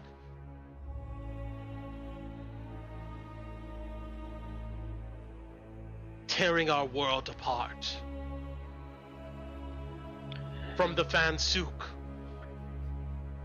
And then maybe eventually here in the mortal world. I think, and I'm only one person, that light there is the divine light consuming us, stealing the force of our gods. And I think this divine light and its agents, whoever they may be, wants us to forget them until they exist no more. But I don't know how that necessarily relates to this dark force spreading through the Fansuk. She kind of shrugs.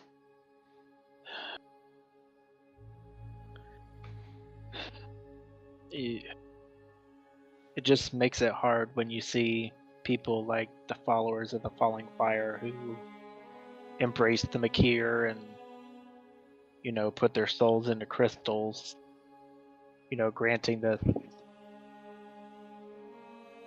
divine creature of what they call, you know, granting it more power. Just makes you wonder if, you know, they're on the right track or... The first ones, they came from the other worlds, like the Fansuk. And they set us on our mission. Right? Enlighten the world. Show them the ways of our gods. This divine light, they must have agents just like our first ones that set the druid circles to go about and spread the word.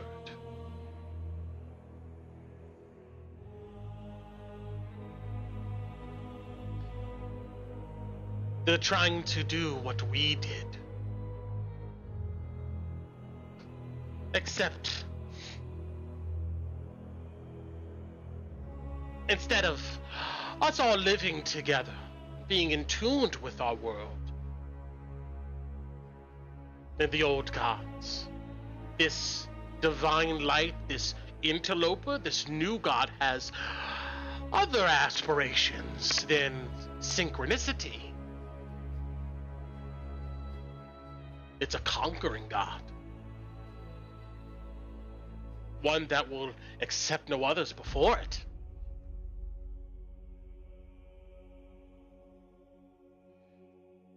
They stole the other gods. That's why you don't feel anything when you touch the monuments to Nuada and any of the other gods.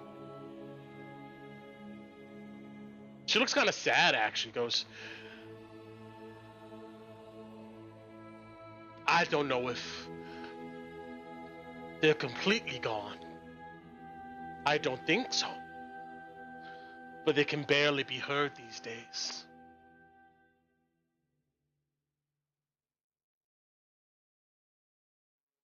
Well, the fact that even I could feel some semblance of Nuada tells me that the essence still lives, even if sheltered. If Unless there's I'm a wrong. lot... Oh, sorry. Go ahead. Sorry.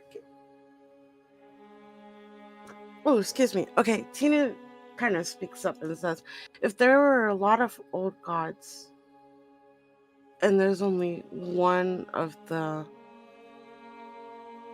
ball of light, as you said, why are they not as strong as the ball of light?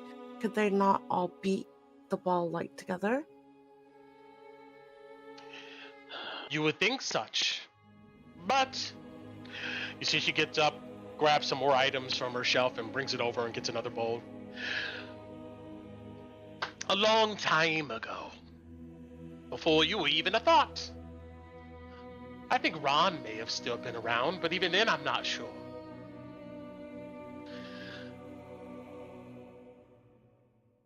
The people rejected the old gods. They thought that they can take the gifts of the old gods and use them for themselves and not worship them anymore. And those people became the Arcane Empire. By the time they were done, the old god's power was already weakened. Haas, I, Elder Nightsong, and some of the other elders, we tried to do our best to show the people the ways, but the Arcanists of the old days hunted us too, like they hunted others and enslaved them. So by the time this, what do they call her? A Tarnish? Saint Tarnish? Something like that. By the time she came around, things were for the pickings.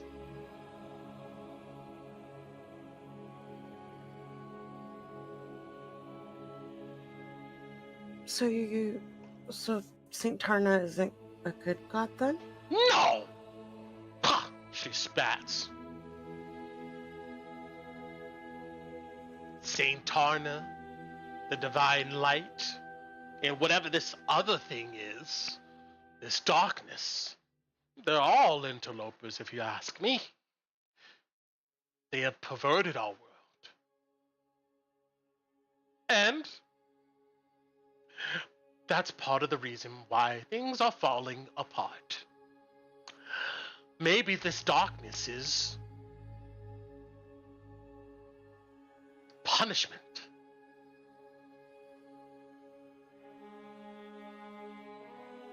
And punished they should be.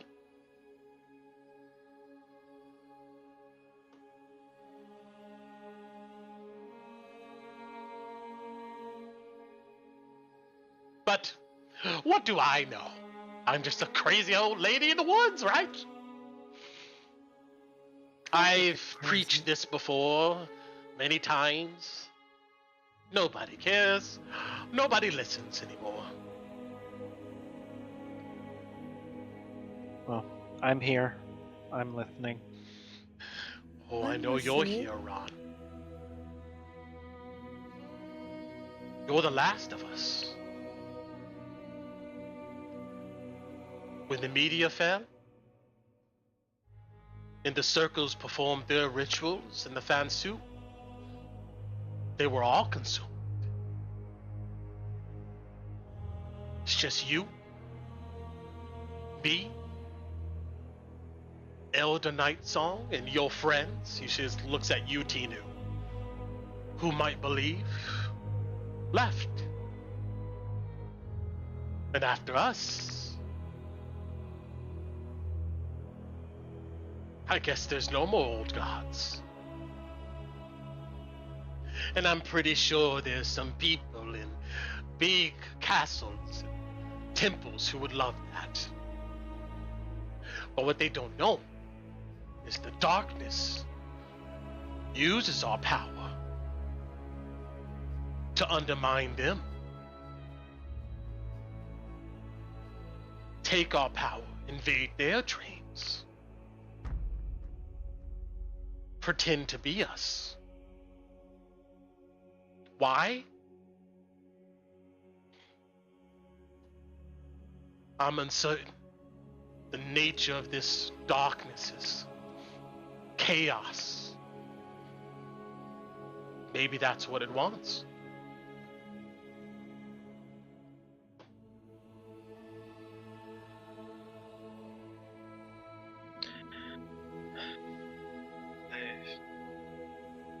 I do have one more question. I'm not sure if you'll have the answer. When it pulled me into the Fonzouk,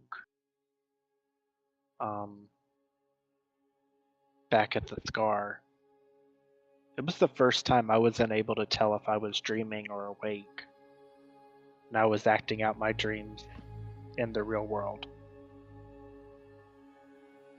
How is that possible? She smiles. That's the power of the elders, the leaders of the circles. Haas was one of the best of commanding a Fansu. Someone with his potency can invade others' dreams, force them to dream,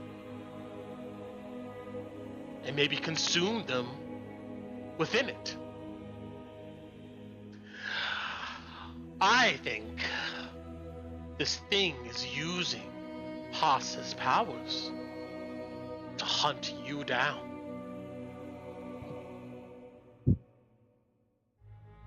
And maybe being close to the crater, maybe that's where the source of it lies. And closer to the source, maybe its power is greater. And it uses our rituals against us. So yes, I can totally see it using Haas's power to drag you into places that you don't want to be. Do you think it did that only because we were so close to the crater, or more as just a power trip showing what it can do anytime it wants? It is limited, it seems. I don't think it can do that any and everywhere. If it could, then what's stopping it from taking you or me right now? Perpetually keeping us in this dream state. I think being close to it, it's able to feel you, find you,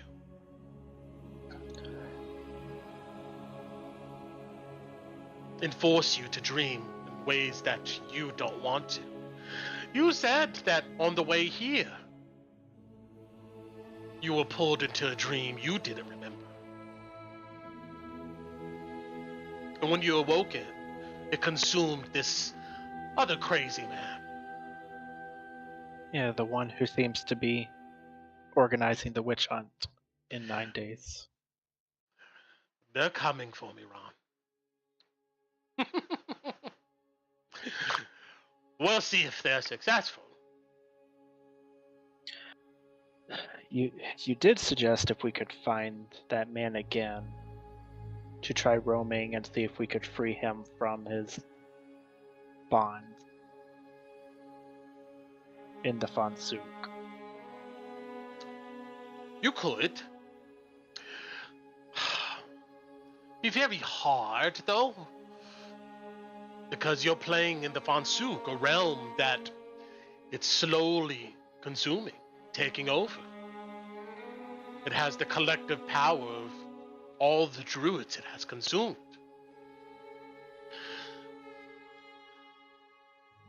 I'm not sure if you can save that man's soul or Haas's in the Fansuk. Maybe you can destroy it and its soul will be released. But even if its soul is released, it may go on to the afterworlds where it should be, instead of bringing him back to life. But there might be another way that I was thinking. I'm listening, because that might answer my next question. This darkness seems to be alien to this world.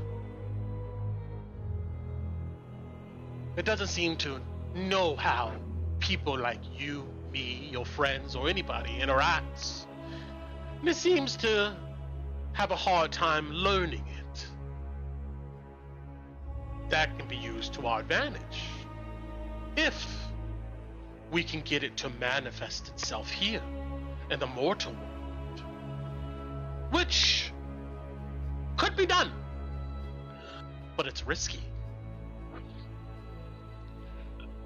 Sensei, you have some kind of plan or idea? Girl, she looks at you, Tinu. Yes. You ever had a dream where you fell from a height and you almost died? But you woke up? Yeah. She nods and looks at you, Ron. Most mortals, when they sleep, a part of them goes to the fan suit, fueling its creation ability. Sometimes these mortals dream and it's good dreams, other times it's nightmares. And on the surface level, when they're presented with something that may really harm them, their soul and spirit yanks them back into the mortal realm, waking them up.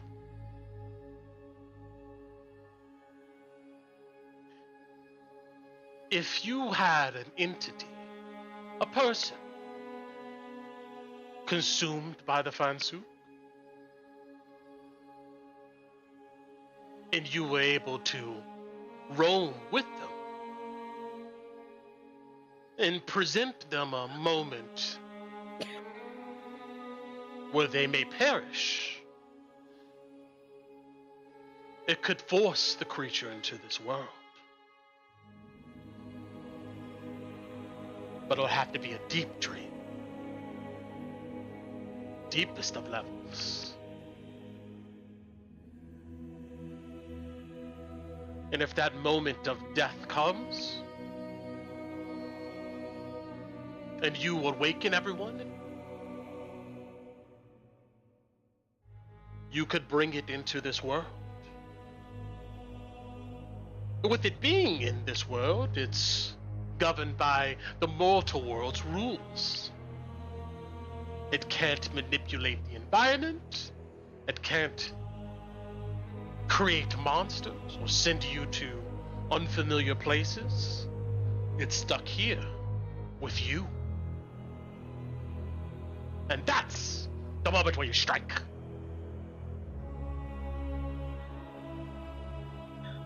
So, you're saying if we were able to capture Hendrik, the man I'm pretty sure is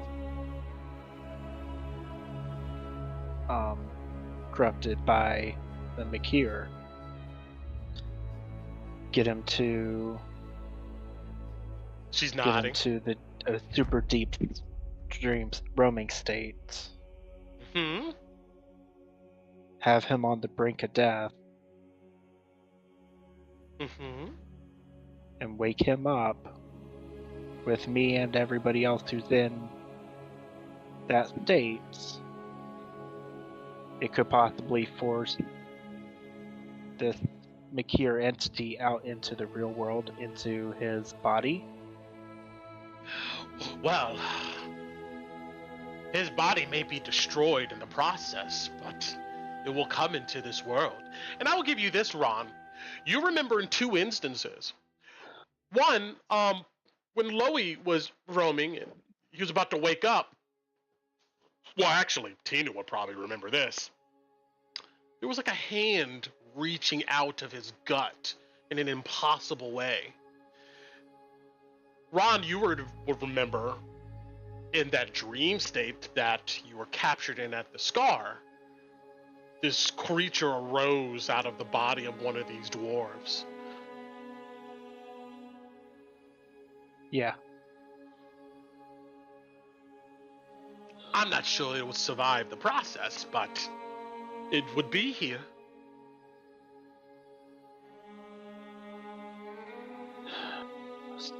You lure Haas out. It's already looking for you. You present it with dire consequences, death in the Fansuk. And it arises in this world. And that's when you stab it, you know? The problem is getting it on that brink of death in the Fansuk, I don't believe to be an easy task. Well, if it has all the powers of Hoth and everybody else that's consumed. Let me ask you this. Yes? Well, first, let me say, all dream states have a premise based on the memories of the person it consumed. Those are only so moldable. You were in this Herrick person's dream, right?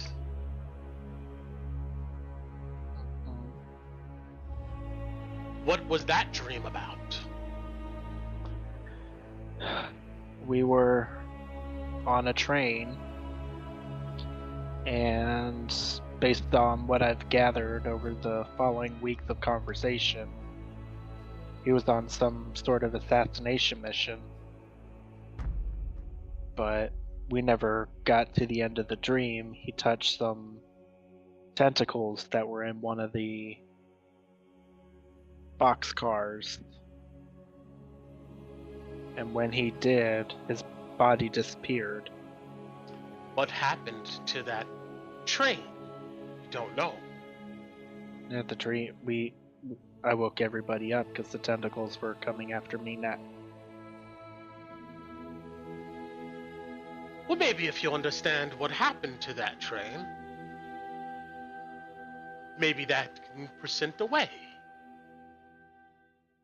to create dire consequences, impending death. To get back to that dream state, though, it'll be kind of hard unless her eyes brighten. Sometimes things from a fansuk can materialize here in the real world. Those tokens can bring you back there.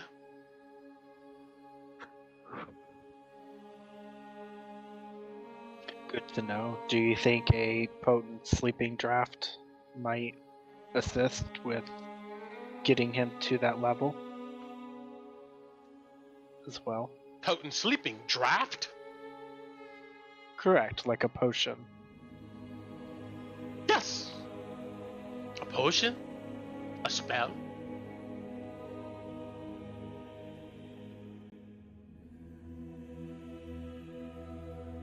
If you were able to get some token from that dream, that would be a powerful anchor to bring you there. One of our companions, he actually collected a token from that dream. A poker chip from one of the cars. She smiles wide. Well, imagine that. Destiny? Could be.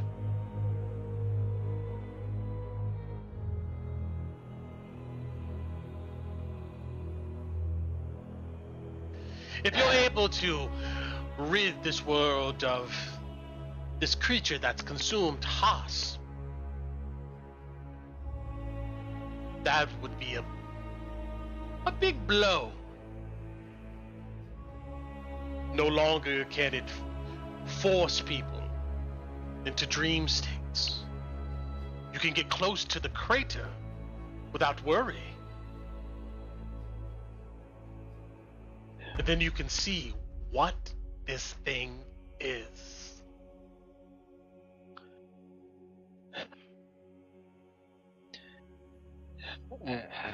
I guess one very last loaded question.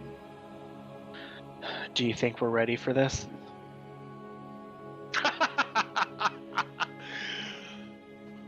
No. But if you asked me a month from now, and you come back with all the coin and the weapons you have, I would still say no. There's no way to know if you're ready, I think, for this.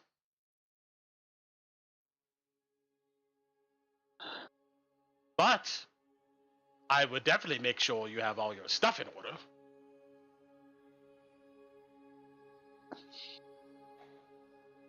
Well, I guess we kind of have 9 days to decide, prep, plan, and see. It's our one tolerable lead that we have. That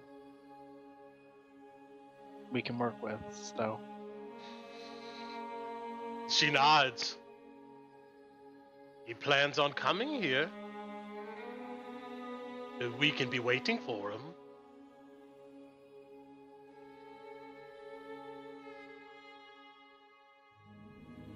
But I'm not sure when that exactly is. well, if I can find out where they're meeting beforehand, we might be able to put a stop to it before it even happens. Unless you're itching for, a good fight. No, I got other things I like to do. Like this! You see that she gestures to her different concoctions. Well, by chance, you wouldn't have to happen to have a nice sleeping draft, would you? Or one you could prepare in, the next 9 days? I can work on it. And, she will... Let's see.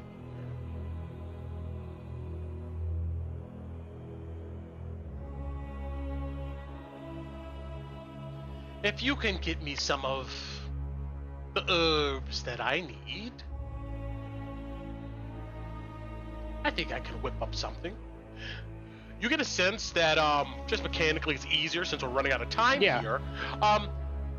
You get a sense that, she would probably create some concoction that would do maybe a sleep spell at a higher level than first. Yeah, because I don't know what the guy's HP is, so... And she would tell you that, essentially you probably need to get about 150 gold pieces worth of spell components. Okay, well... Give me the list. And... when I've accumulated... I know we've got a few things going on. When we've accumulated the funds, I'll stop in town and grab your supplies and bring them to you. Excellent. All right. My people time is about over. She gets up. Understood. She goes over to the door. She opens it. She just looks at you expecting to leave. Well, Sawyer, I wanted to buy some potions. What do you want to buy? Potions? Yeah, the regular healing potions.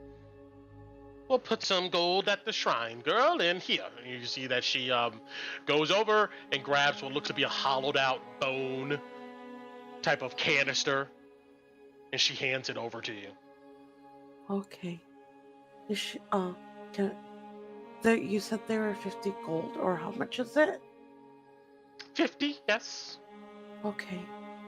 Yeah, I'll just get one. I guess I'll the gold on the shrine.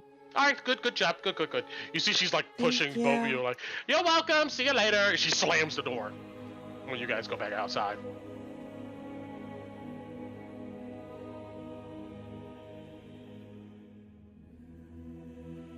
And with just that, says bye and pets the cats as we leave. the cats let you pet them. They arch their back. They can't wait for it. And I Ron. guess go for it. Oh, so Nope. I guess after walking back, I would ask Ron, Ron, do you think Old Sawyer would let me cast divine magic around her? Honestly, that's going to be between you and her. She's probably going to want to know your purpose. Protect her?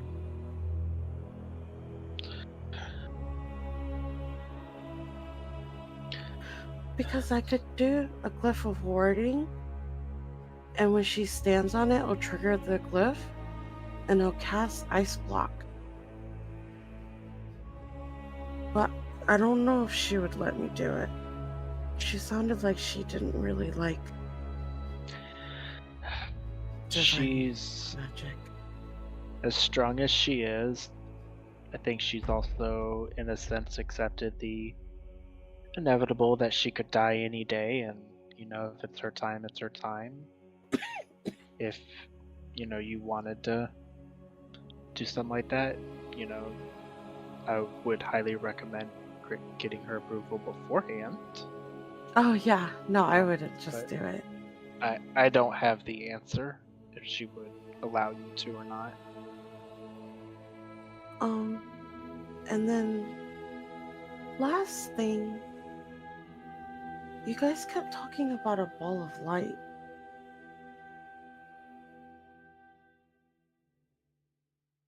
And about how it was like divine magic.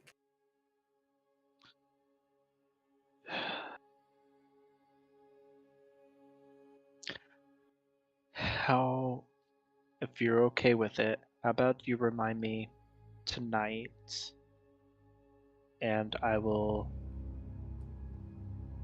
share the story with everybody, particularly so you and Kalina can hear what I've seen on that level. Do I want Kalina to hear it though? I don't know what you want. I can't speak on her behalf. Okay. I understand your trepidation, but She's just... Her world's been rocked the past couple of days, and I don't want to shatter anything else for her. Because it sounds like that ball of light, the divine light, is bad. I know there's never like white and black, bad and good, but you say her world has been shattered, yet we're living in world-shattering times. yeah, but if I could protect her a little bit, I want to. The truth is the truth, Tinu. I People know. believe what they want, but the truth is the truth. I can only share experience. I can't tell people what to believe. And then Tinu would keep talking to you about something which pertains to something that we've already discussed as players, and then I guess fade to black. Yes, perfect timing. If you wanted to do it in game, we could do it next session. But we'll go ahead and end there with you guys heading back to Caravan Court, Emberwood, and we'll figure out what our heroes are going to do now. And that's it. Thank you, everyone. Good night, stream. Like and subscribe. Good night. Good night, stream. Look out for Curse of Strahd. Episodes 2 coming soon. Yes. All right.